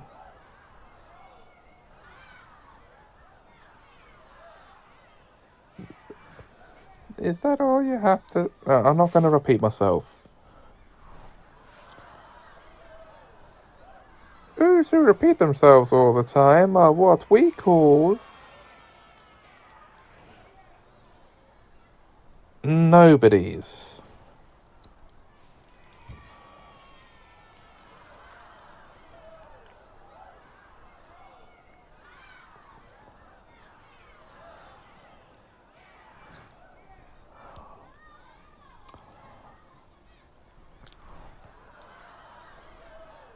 Self-parrotizers.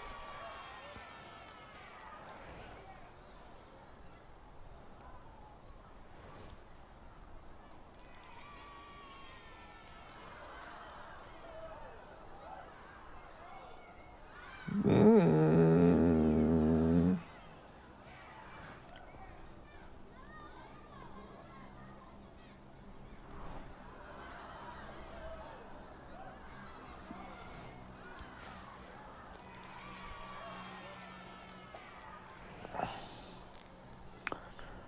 If you is catching the drift of mine, Harry Potter and the drift of mine.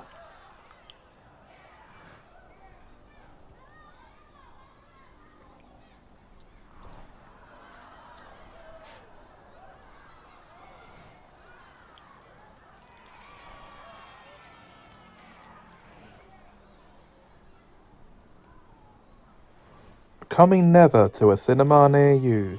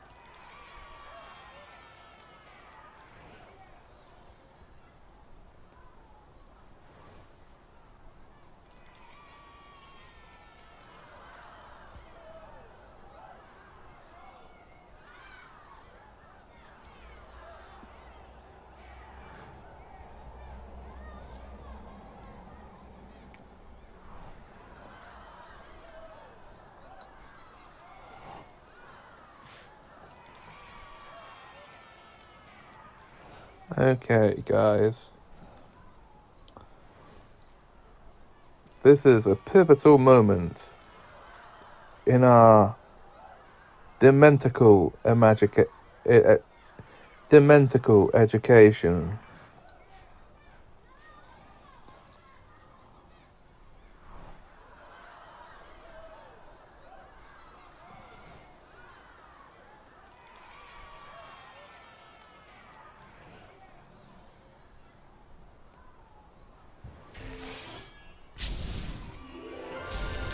Because that's the end of this task. I told you everything I can about the Patronus charm. It's time to see if any of it has stuck. Marula, would you like to try casting it first? Come on, Marula, don't tell me you're so afraid of failing that you're not even going to try. I am not afraid of failing. Expecto Patronum.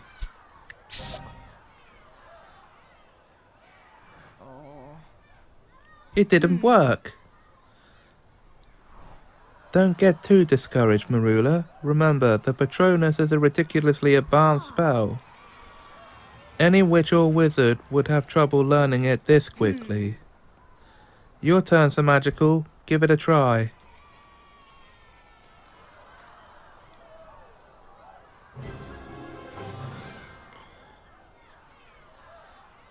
Expecto Patronum.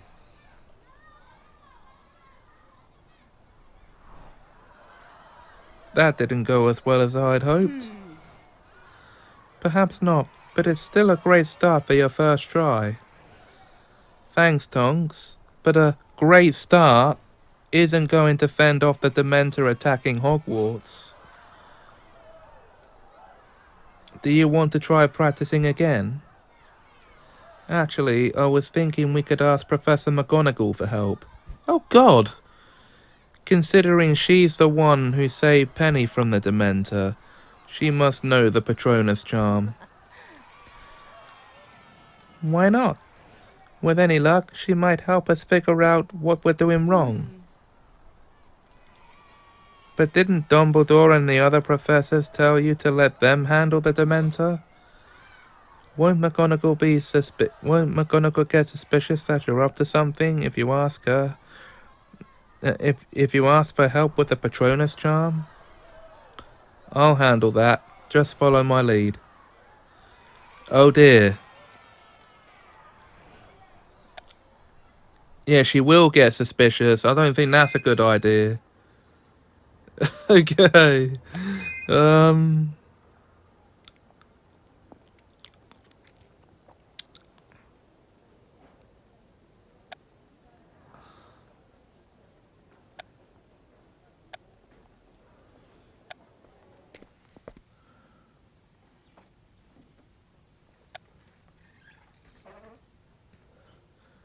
Thank you for agreeing to meet with us, Professor McGonagall. You mentioned that you needed my help with a spell. Yes, Professor, the Patronus charm. I've been teaching it to them. They're having trouble producing an actual Patronus. Since we heard you're able to conjure a Patronus, we thought you might be able to give us a few tips. And why, pray tell, is it so important for you two to learn a spell so far beyond your level? To test ourselves? To get ahead in our studies? To prepare for another wizarding war? Marula and I both challenged ourselves to learn the Patronus charm as a way of testing our abilities. After all, it's such an advanced spell that most aren't able to produce a Patronus at all. It's the perfect test of our skills. I see. So you're learning the Patronus charm to test your strength?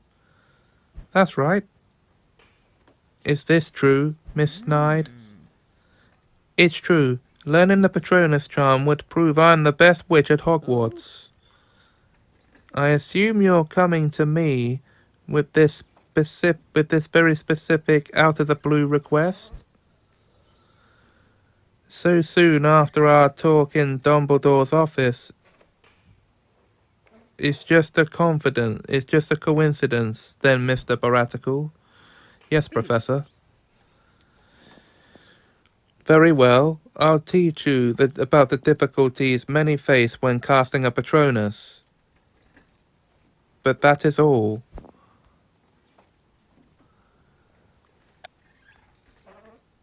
Oh my days. This is an 8-hour event. So what we'll do then, guys, is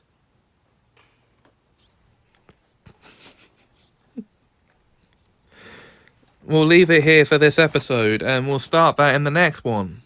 Until then, if you enjoyed this video, please like, comment, share and subscribe. Thanks for watching and have a magical time.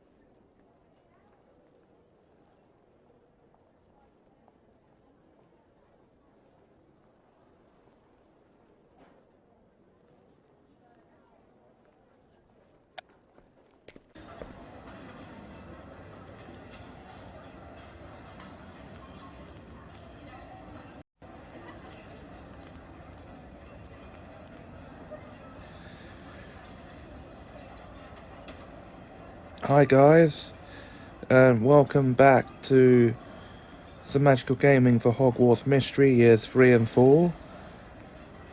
We're on episode 40 of the season now, and I'm going to try this talking to Rowan thing again. Although I haven't leveled up on all my attributes yet. So I don't think I've got a chance.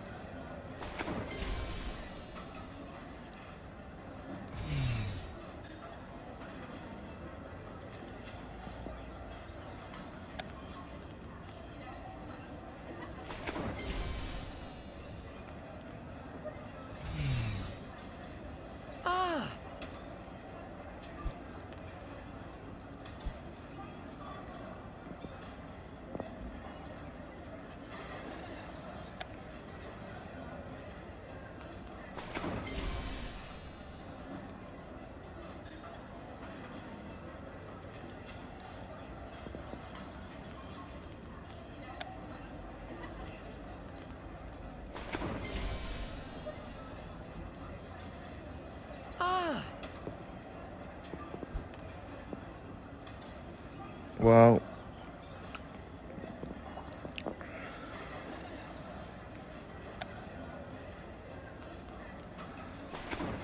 it's not really though, is it? So, no, I need to do more.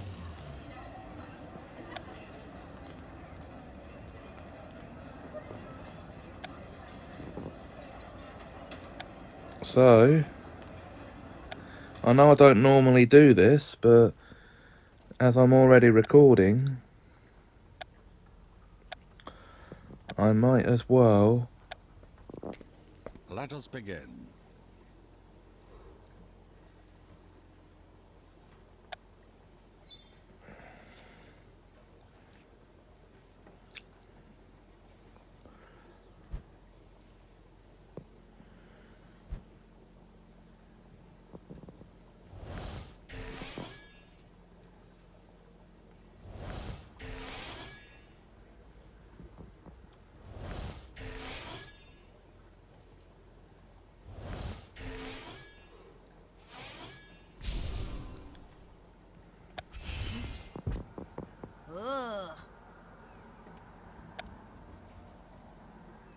You get to see how rubbish I am at these puzzles.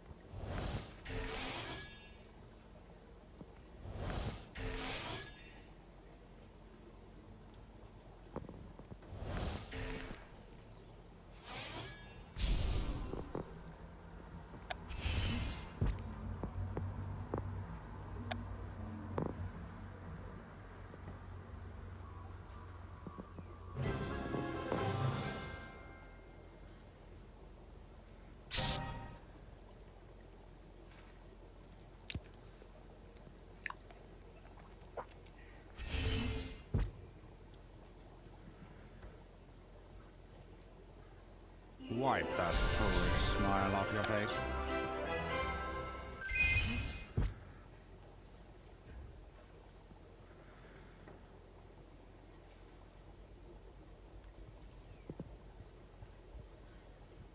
Yes. I see.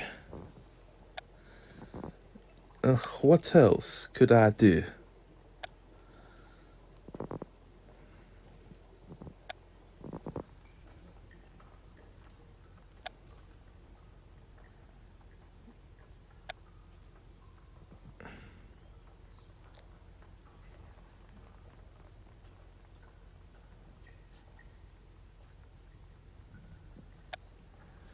I could do some dueling.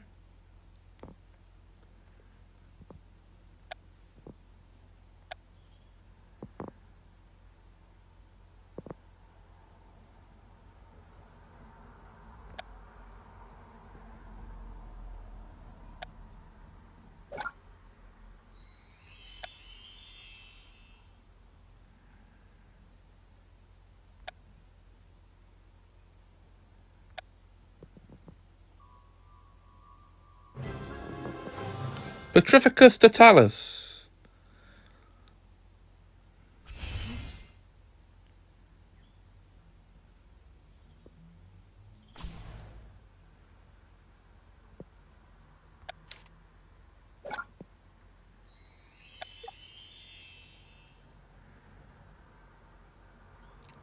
Yes, you cannot predict what moves your opponents are going to make.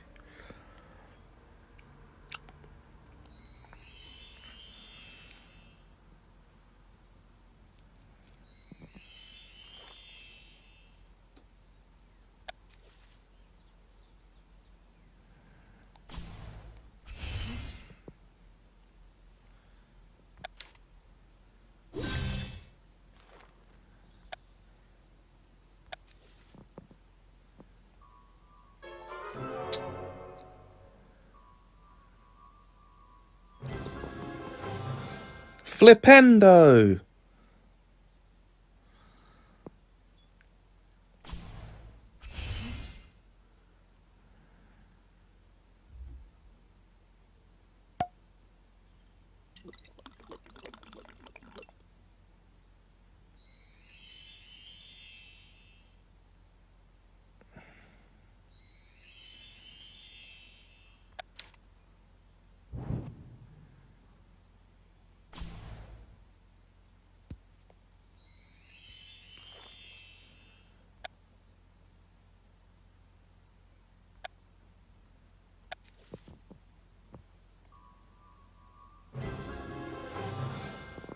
Flipendo!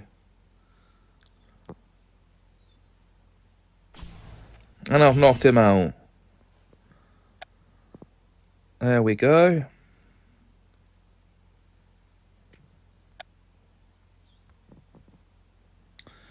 I can only now do one duel at a time, so...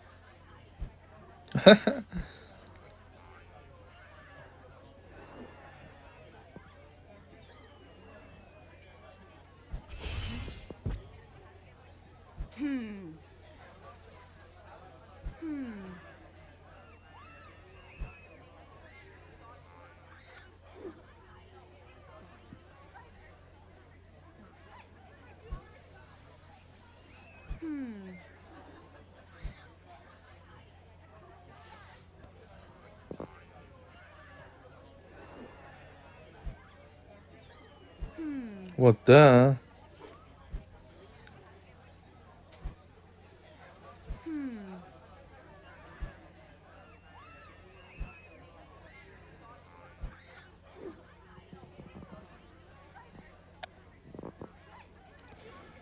Well, we don't even have enough to make 1 star at the moment.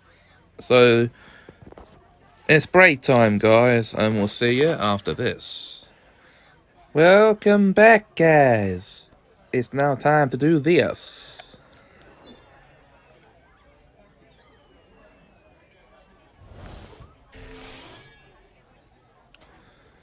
So, guys,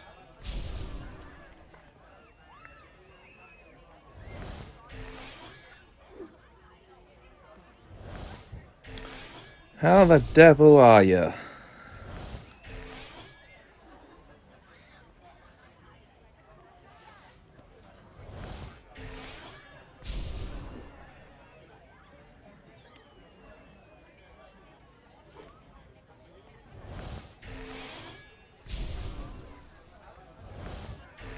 I know I asked that in the occasional video here and there, and it seems like I'm asking it all the time in some stuff. But I do genuinely want to know how you guys is doing.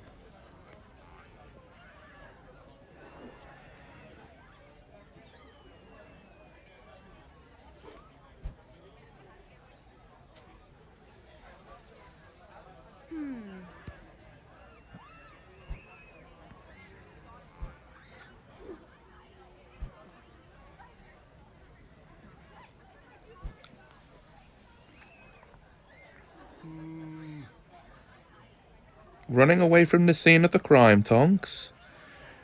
Leaving me to clean up your little dung bomb prank?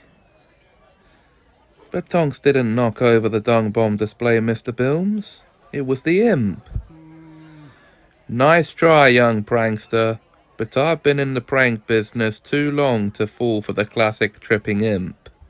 No. Besides, there is no imp in sight, and I'm quite aware of Tonks's mischievous side. She's a regular here after all. And as a regular, I know better than to prank Master Prankster Bilton Bilms. Yet Tonks would never want to dung bomb Zonkos. She loves it here. I wish I could believe your story, but my entire dung bomb supply is now ruined. I have no choice. Starting today, Tonks is banned from Zonkos. No! What? Now please leave my shop. I must clean up this mess. Oh, Banned from Zonkos? I don't believe it. Whoa. I overheard what Bilton said to you, and I don't believe it myself. Hagrid, you have to help us. Tonks didn't knock over the dung bomb display on purpose. An imp tripped her and then fled the store. You believe us, don't you? I believe you, Semajical. Tonks wouldn't do nothing to get herself banned from Zonkos. Thanks for believing me, Hagrid. Can you talk to Bilton and get him to believe me too? His mind seems made up already. The only thing that'll change it now is finding that imp. Then what are we standing around here for? Let's find that imp and prove Tonks' innocence.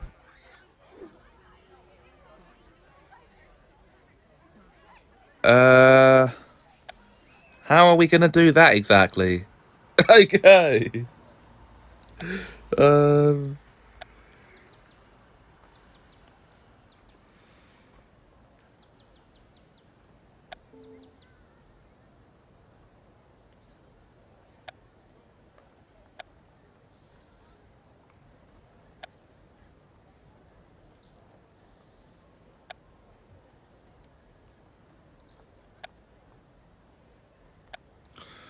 So yes, this is a side quest I'm taking part in. But not the main one.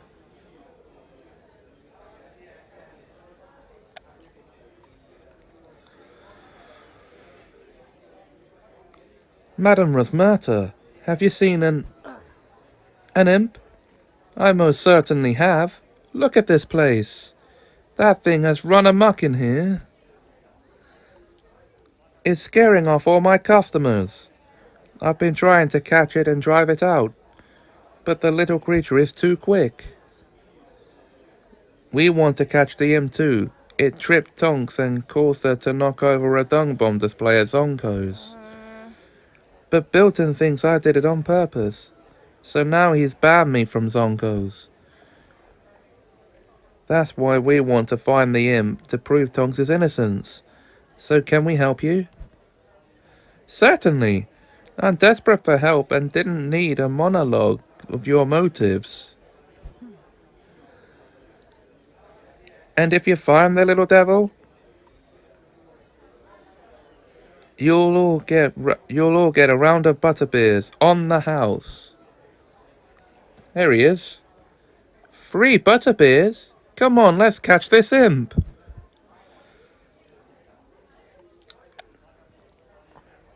And we may be able to start now. But the energy is fast depleting.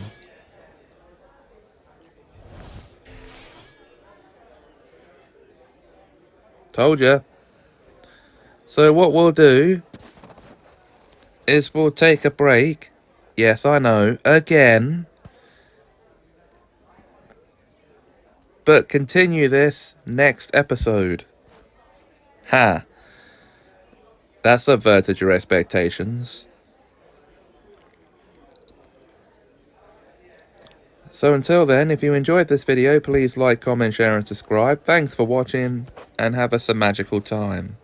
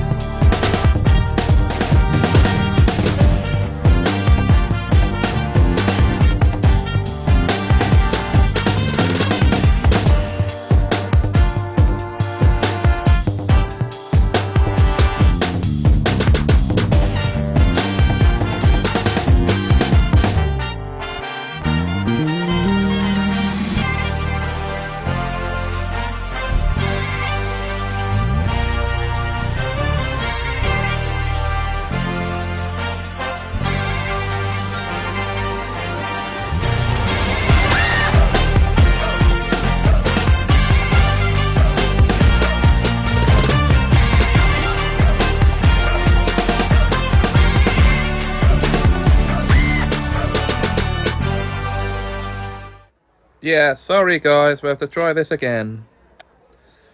I came back too late.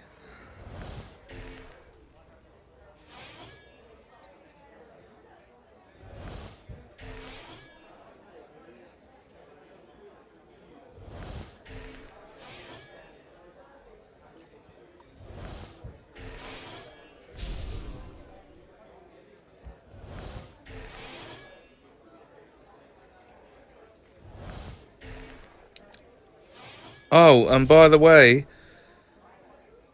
welcome back to Semajical Gaming for Hogwarts Mystery Years 3 and 4. We're at episode 41 of the season now. And I'm still stuck right where I was on chapter 6.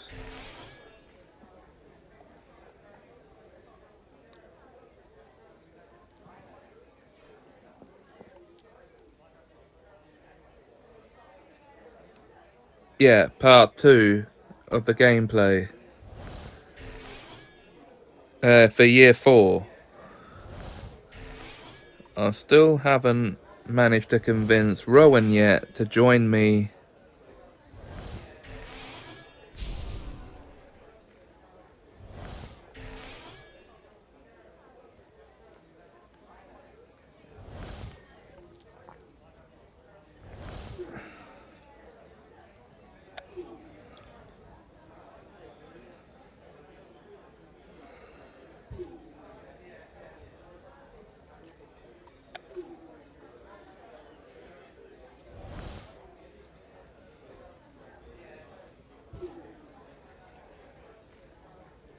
In the Forbidden Forest to clear that cursed vault.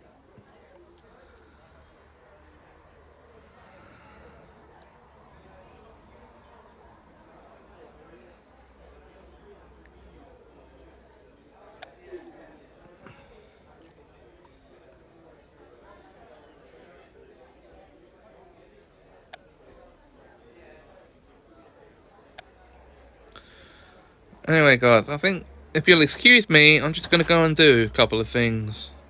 And I've returned.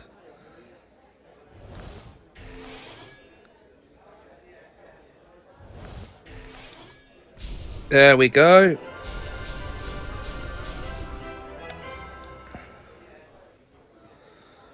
There's the imp. He's hiding above the fireplace, in the antlers.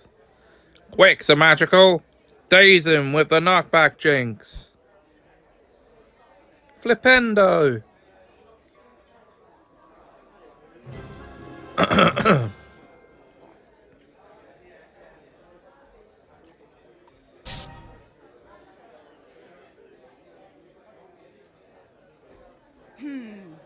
You got him! I didn't hurt him, did I? Nah, the little fella is only a bit dazed. I wouldn't ask you to do anything that'd hurt the creature. Ah!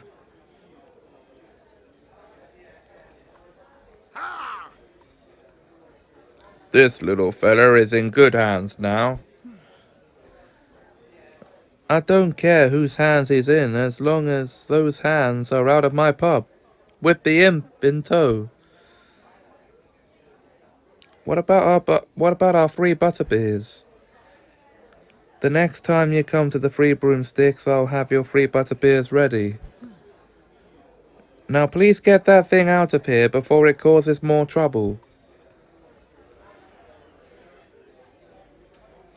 It is amazing that something so small could cause so much mischief. Goes to show that even the smallest creatures are capable of big things. Yeah, like banning me from Zonkos.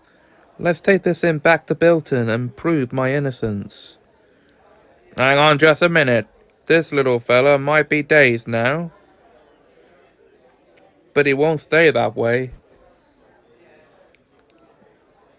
Besides, he can't help himself. Causing mischief is in his nature. He's an innocent creature, right, Semajical? You're right, Hagrid. The imp can't help his behaviour. Causing trouble is what it was born to do. Fine. As long as we show Bilton that imp is the troublemaker, not me. What Hagrid said about the imp staying dazed is true. He'll wake up soon. If we take him back to Zonko's, he could cause more destruction. And that will only make Bilton angrier. Bilton is angry enough as is. We need to convince the imp to work with us and prove he's the real perpetrator of the dung bomb disaster.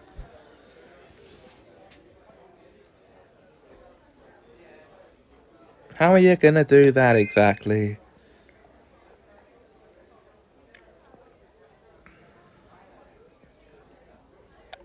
Whoa. Wait a minute, we can unlock the imp?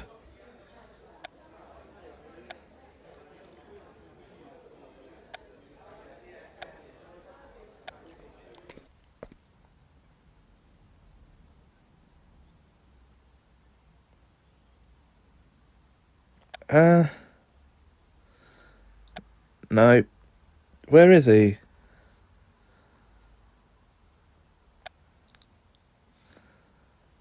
No.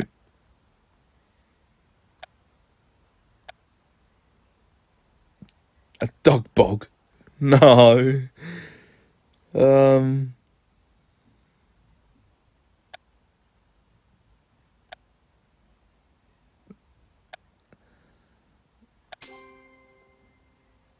No. Where is he? Cost? Oh no, sorry. A quintupad. Well, I can't see any link for the imp anywhere.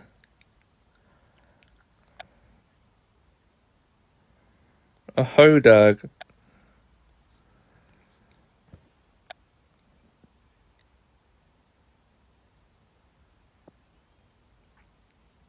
The Hebridean black dragon.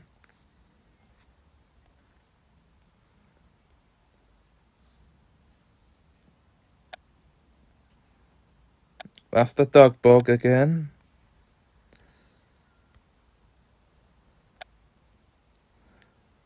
That's the Lucarotta. I'm right back where I started. There is nothing.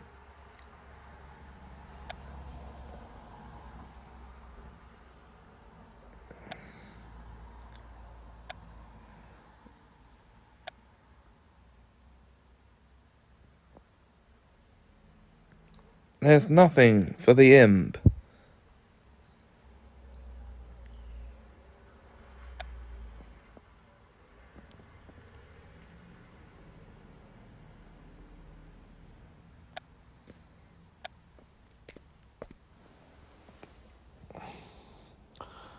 Yeah, but we've just been in here, and I've just looked everywhere for. I've just looked everywhere for the imp.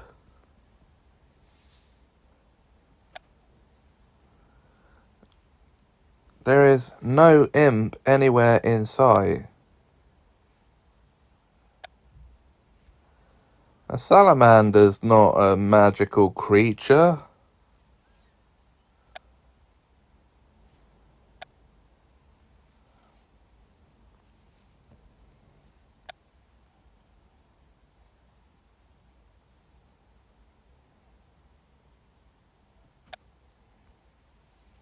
I'm only level 2.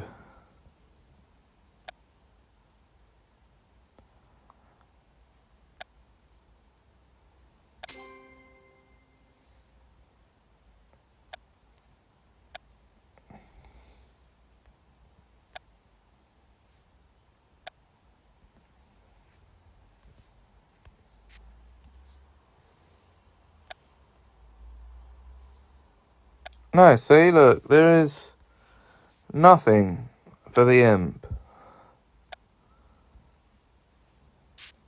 Nothing.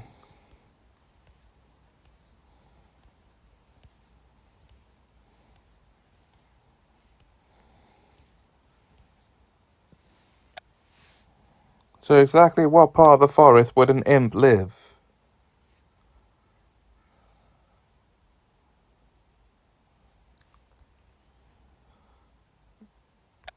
Would he be in the dark forest?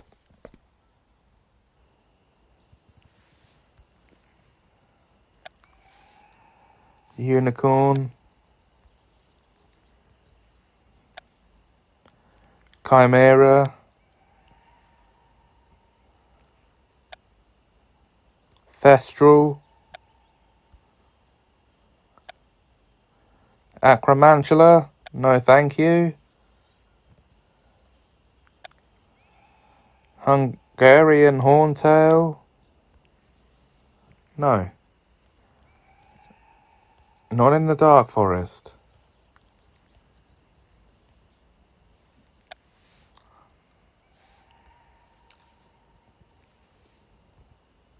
What about the main forest?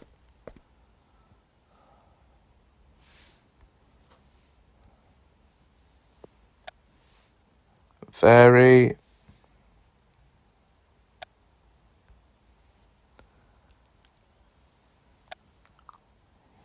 Bowtruckle? No.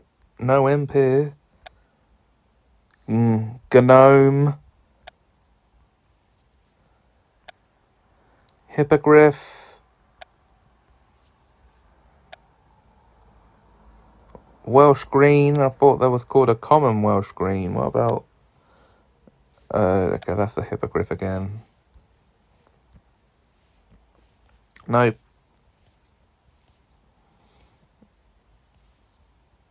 Would I have looked everywhere now?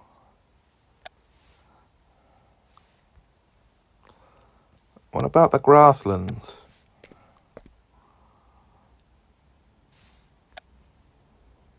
That's a pixie. Cornish pixies? That's my Niffler. I think I better pay attention to him quickly.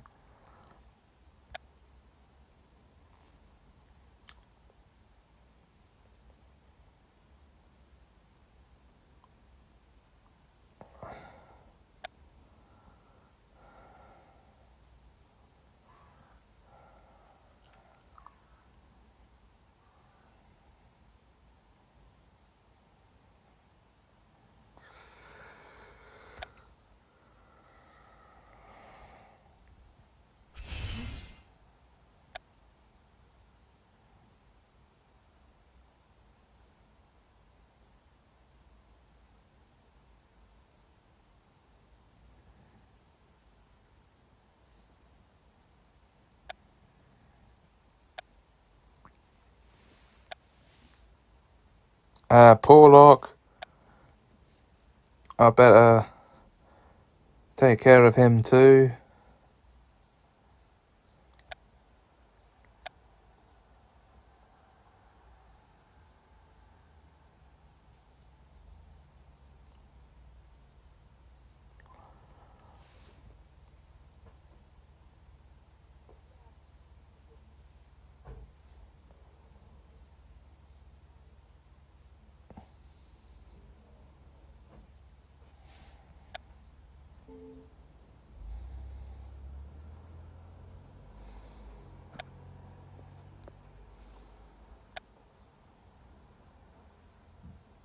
Adirical. I don't have enough of anything to adopt him at the moment. And the Abraxan, which you can't even unlock until you get up high level enough.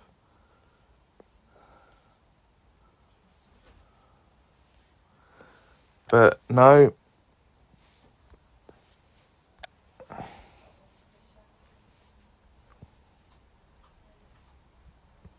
Obviously it won't be in the lake, would it? What about the Rocky Mountains?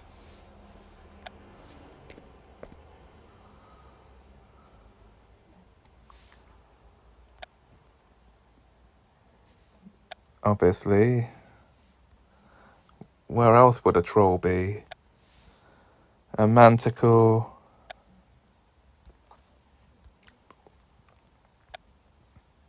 Griffin.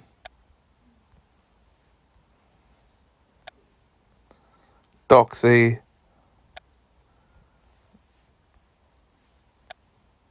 A frost salamander.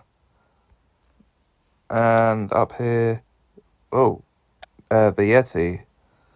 Nope. So we're not in the mountains.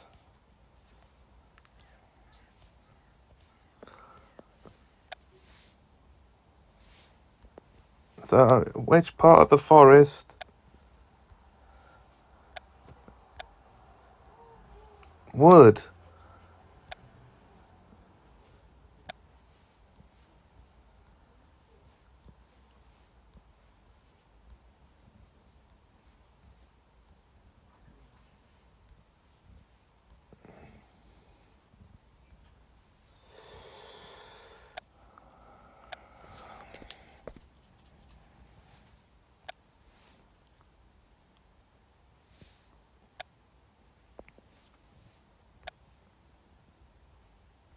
Wait. You mean we got all the same creatures in two different parts?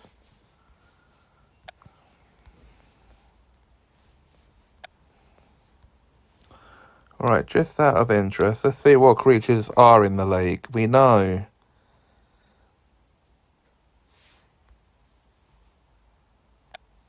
We have a Plimpy.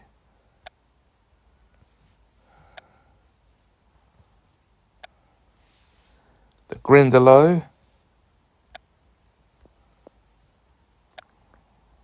Murtlap. Kelpie. Flobberworm. That's the Kelpie again. What about up here? The Norwegian Ridgeback. In the lake? Really? But no.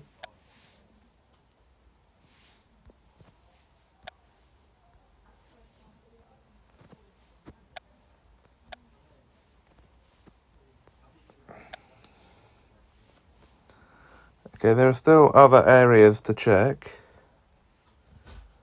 It's the first time I've actually explored this whole area in the game.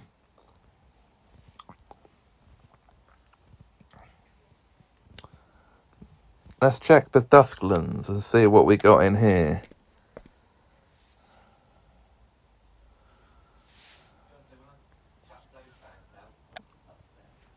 Chupacabra.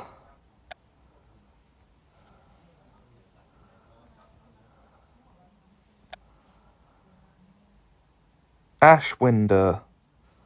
Or Ashwinder. Mooncalf.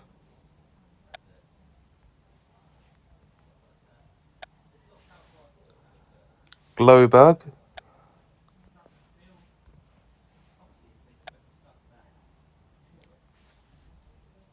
Matagot. Or Matago. Okay.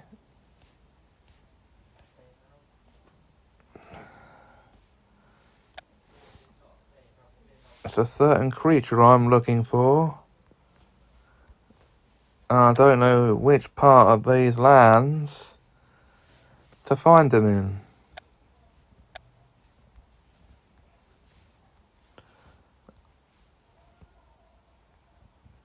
What about the Scorched Vale?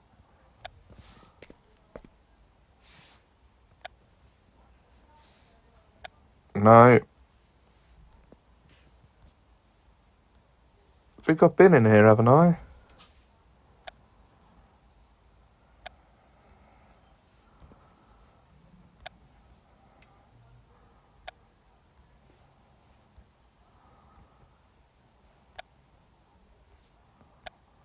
Yeah, I have.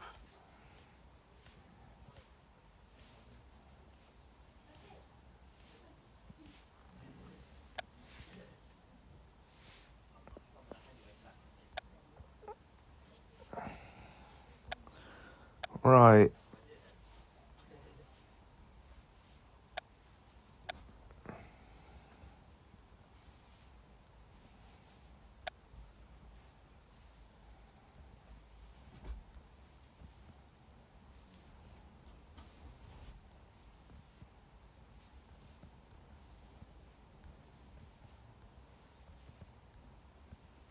The Desert Dunes. Right, let's have a look here.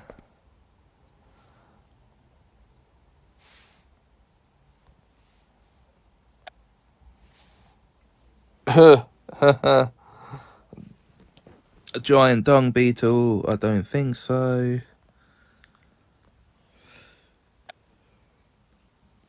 Graphorn.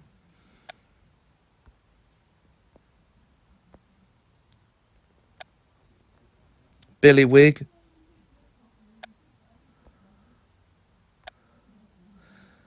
The Opali.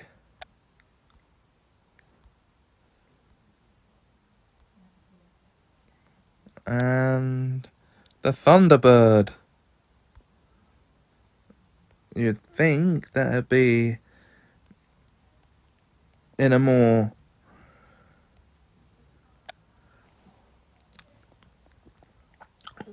whatever area. But I think I've searched nearly everywhere now, and I can't find the part of the forest lands.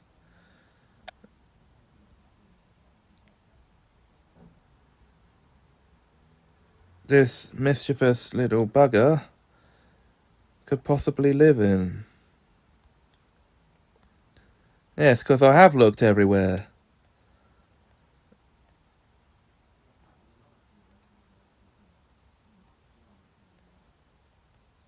So there's nowhere, nowhere to find him.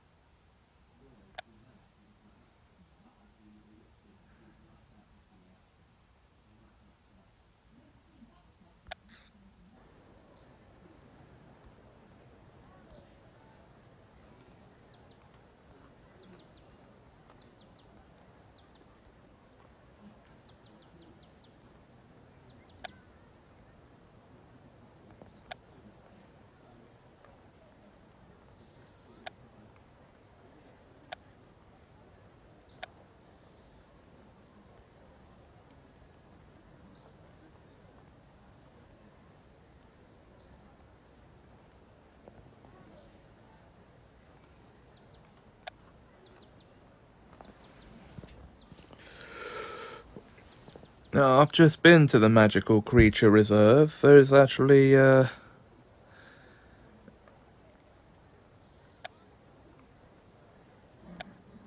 don't know where in there to find.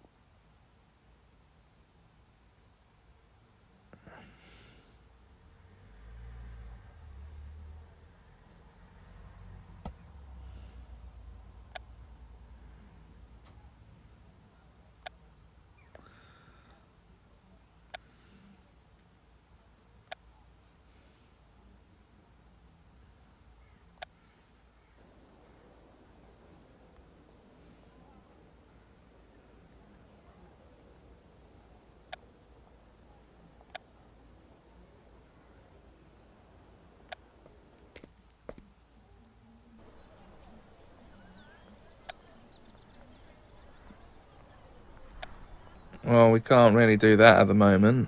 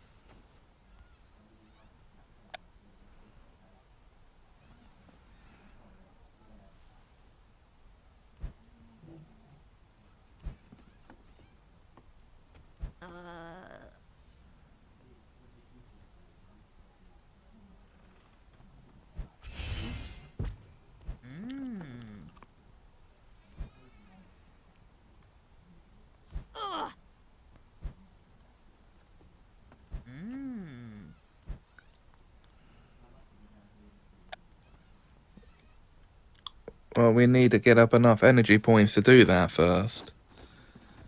So what we'll do is we'll end this episode where it is, guys, because I think it's been long enough. And I'll ask you to stay tuned for the next one. But until then, if you enjoyed this video, please like, comment, share, and subscribe. Thanks for watching, and have a magical time.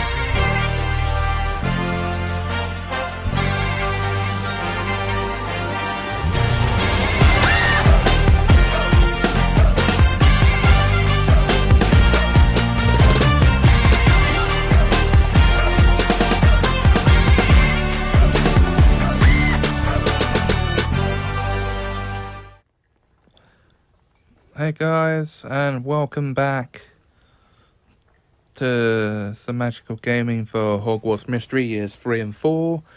We're in episode 42 of the season now, and we're going to be attempting another side quest, another special adventure, the House Point Hunt. So let's start this by going to talk to friends.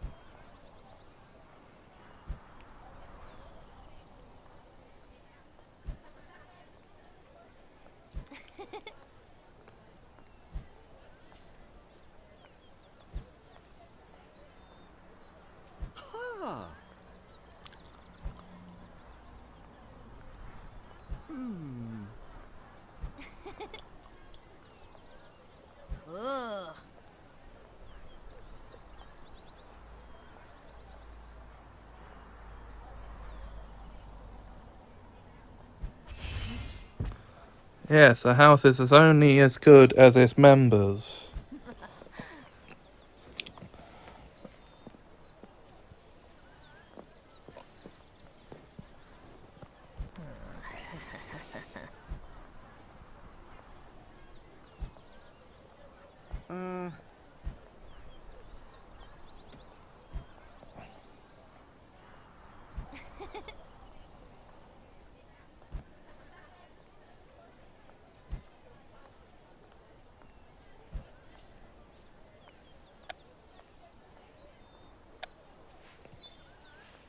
Well,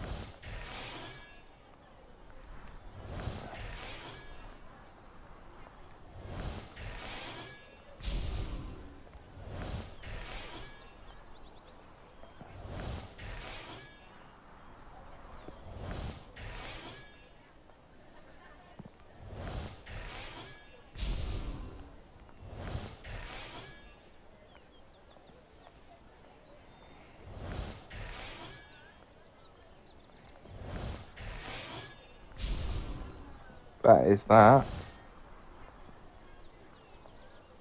And that's where we take a break, guys. I'll see you after this. And I'm back, guys, so let's continue this thing, shall we? After hearing everyone's thoughts, it sounds like we agree on several terms for our contest. First, we need a challenge that speaks to each house's range of talents and abilities. Yes, but to be fair, we need an objective assessment of those abilities. We can't be trusted to judge ourselves. I'm starting to think the perfect measure for each house's accomplishments may already exist. House points. Intriguing. Say more, Semajical. Total house points reflect the balanced judgment all our teachers, so there will be no bias. And students receive points in all categories of achievement, rather than just one area. Brilliant, Semajical. We can use house points to resolve this issue. There's a winner every year, after all. We can't wait all year to find out which house wins the House Cup. We need to settle this now. Marula's right. If we wait until then, we'll have to listen to her preemptive boasting all year long. To be honest, I'm probably going to boast no matter what. Then let's forget about the end of the year and focus on the next few days. The contest will be simple. The house that earns the most points over the next few days wins. How fun! We can check the hourglasses now and make note of how many points each house has at the start. We'll track points over the next few days and see who's earned the most by the end of the contest. I love it. It's fair, it's balanced. Let's get started.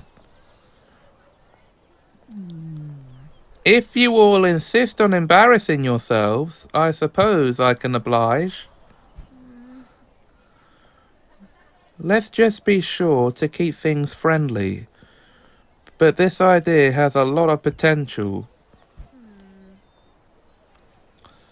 I do suggest we keep this between us. If teachers get wind, it could affect the points they're willing to give. You're right. This is going to require some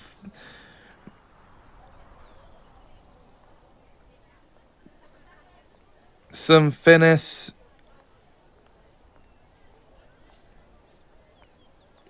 We'll need to plan our approaches carefully. Students can earn points in any number of ways, but it's easy to tip the scales and there are no guarantees. Let's head to our common rooms and strategize with our respective houses. Then the contest can begin.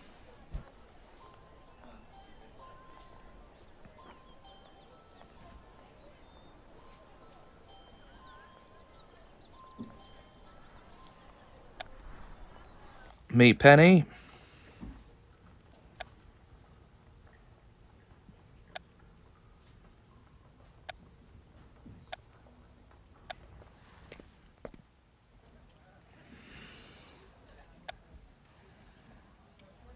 Penny told us everything. Let's get started.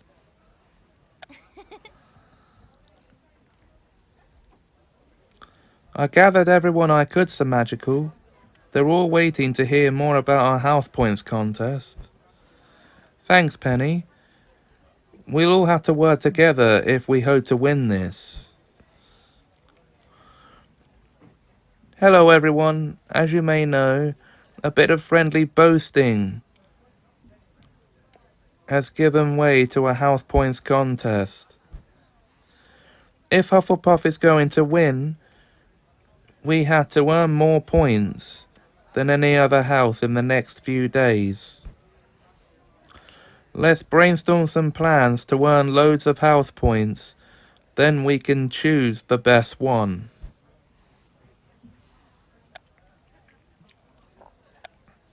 Yes, that would be the best thing to do.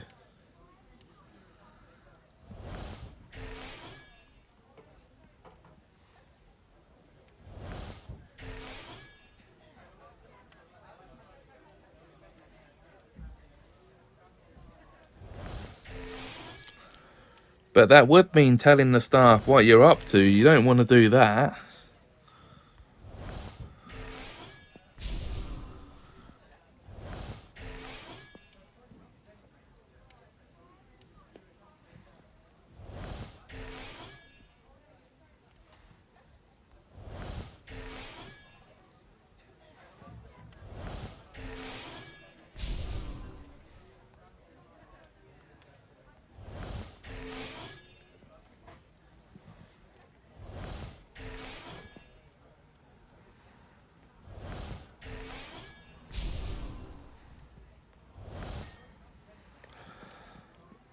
And this is where we need to take another break, guys. So I'll see you after this. Right then, guys, let's finish this thing.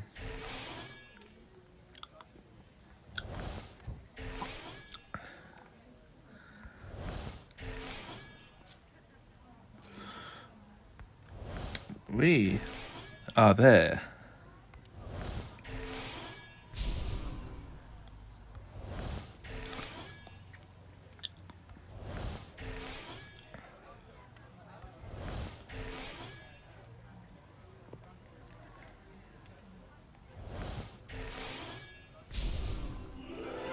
And that will be the end of this task.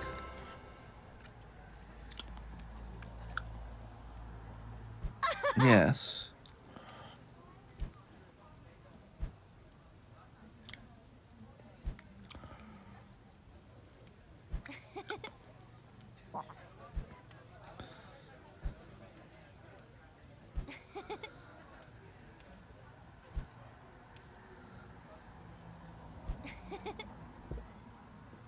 Pardon me.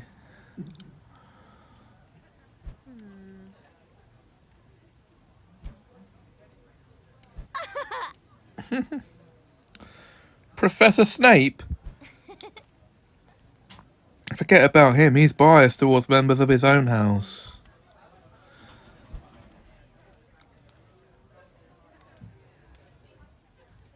So, I'll be complimentary, I'll be standoffish, I'll be helpful.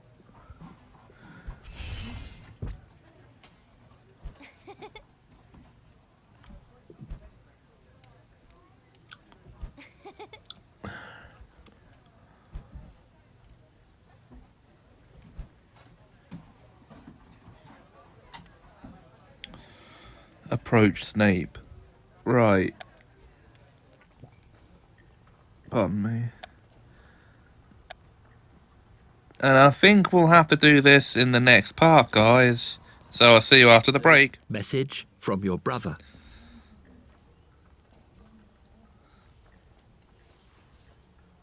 And we're back, guys.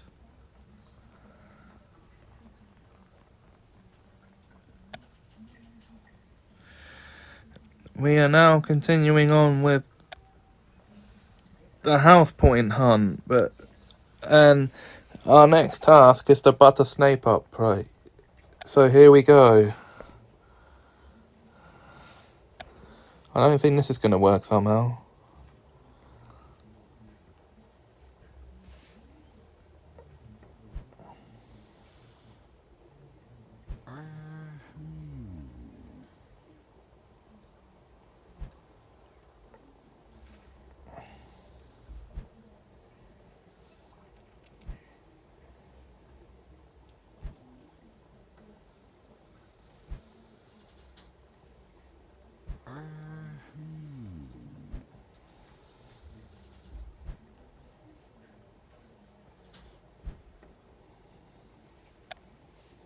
Okay, now this shouldn't take too long.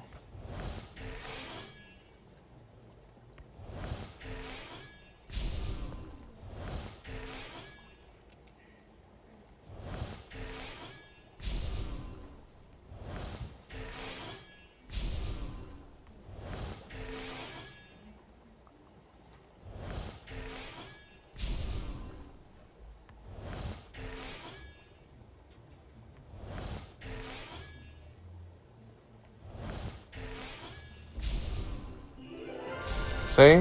What did I say? There, I think you'll find my spelling solution turned out perfectly. Don't you think, Professor Snape?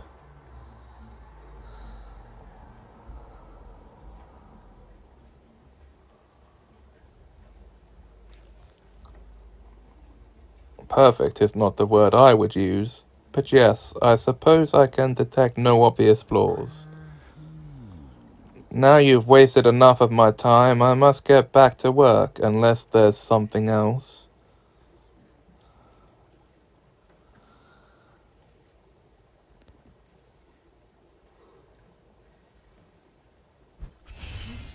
I suppose that's it, unless you have anything you'd like to add. Come to think of it, you put in proper Hufflepuff hard work when taking on this challenge. There may be hope for you yet.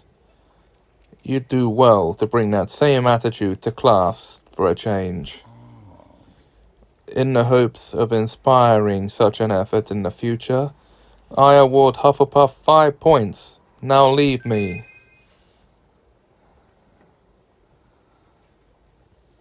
That worked brilliantly. Hufflepuff has our first few points. And it's only going to get easier from here. Flitwick is always happy to help, so I'll talk to him next. Points from him could put Hufflepuff in the lead.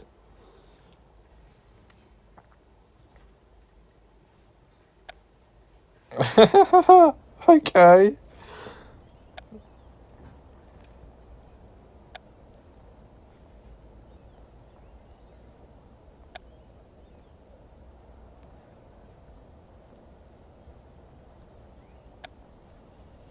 Let's see what Professor Flitwick actually has to say then.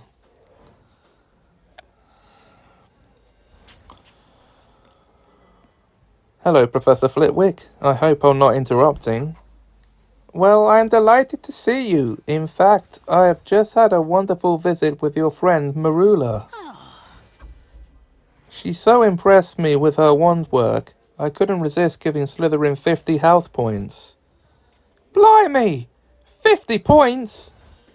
Slytherin must surely be in the lead now. I can't speak to that, but perhaps I can speak to whatever it is that's inspired your visit. Actually, this has more to do with my visit than you realise. If impressive wand work can earn 50 points, just wait till you see mine.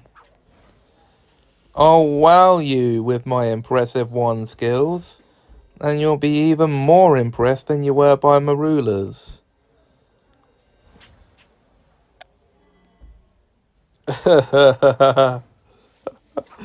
Okay, this is going to be interesting.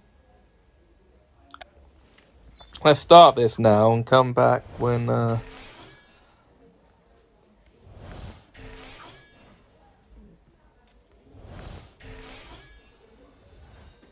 Yeah, so...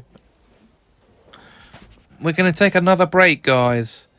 And I will be seeing you after this. Okie dokie then, guys. Let's get back to this, shall we? I know I've actually come back too early, but still,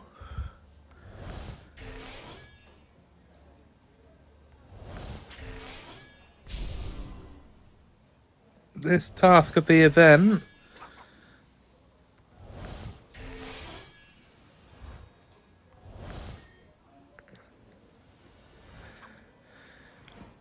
originally started out as a 3-hour one. So we are going to take another break. If you're catching me drift. And I'll see you after this. Okay, guys. We don't have much longer to go before this task time's out.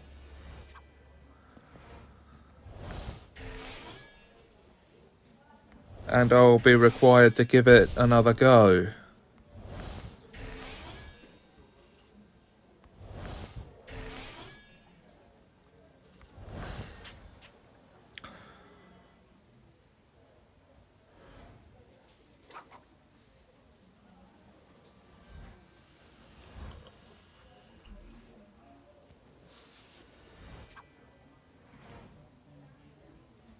Because of how long it has actually taken to rebuild the energy points.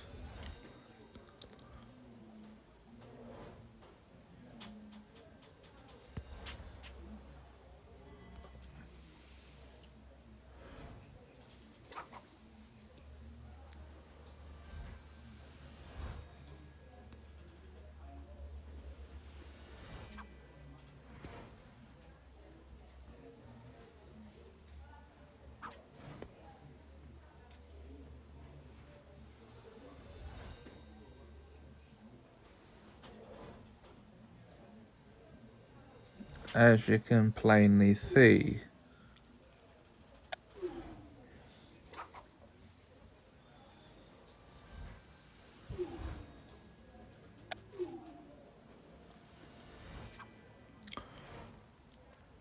And there is no option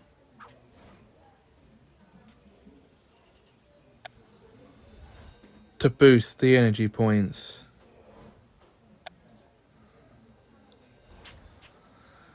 By any number.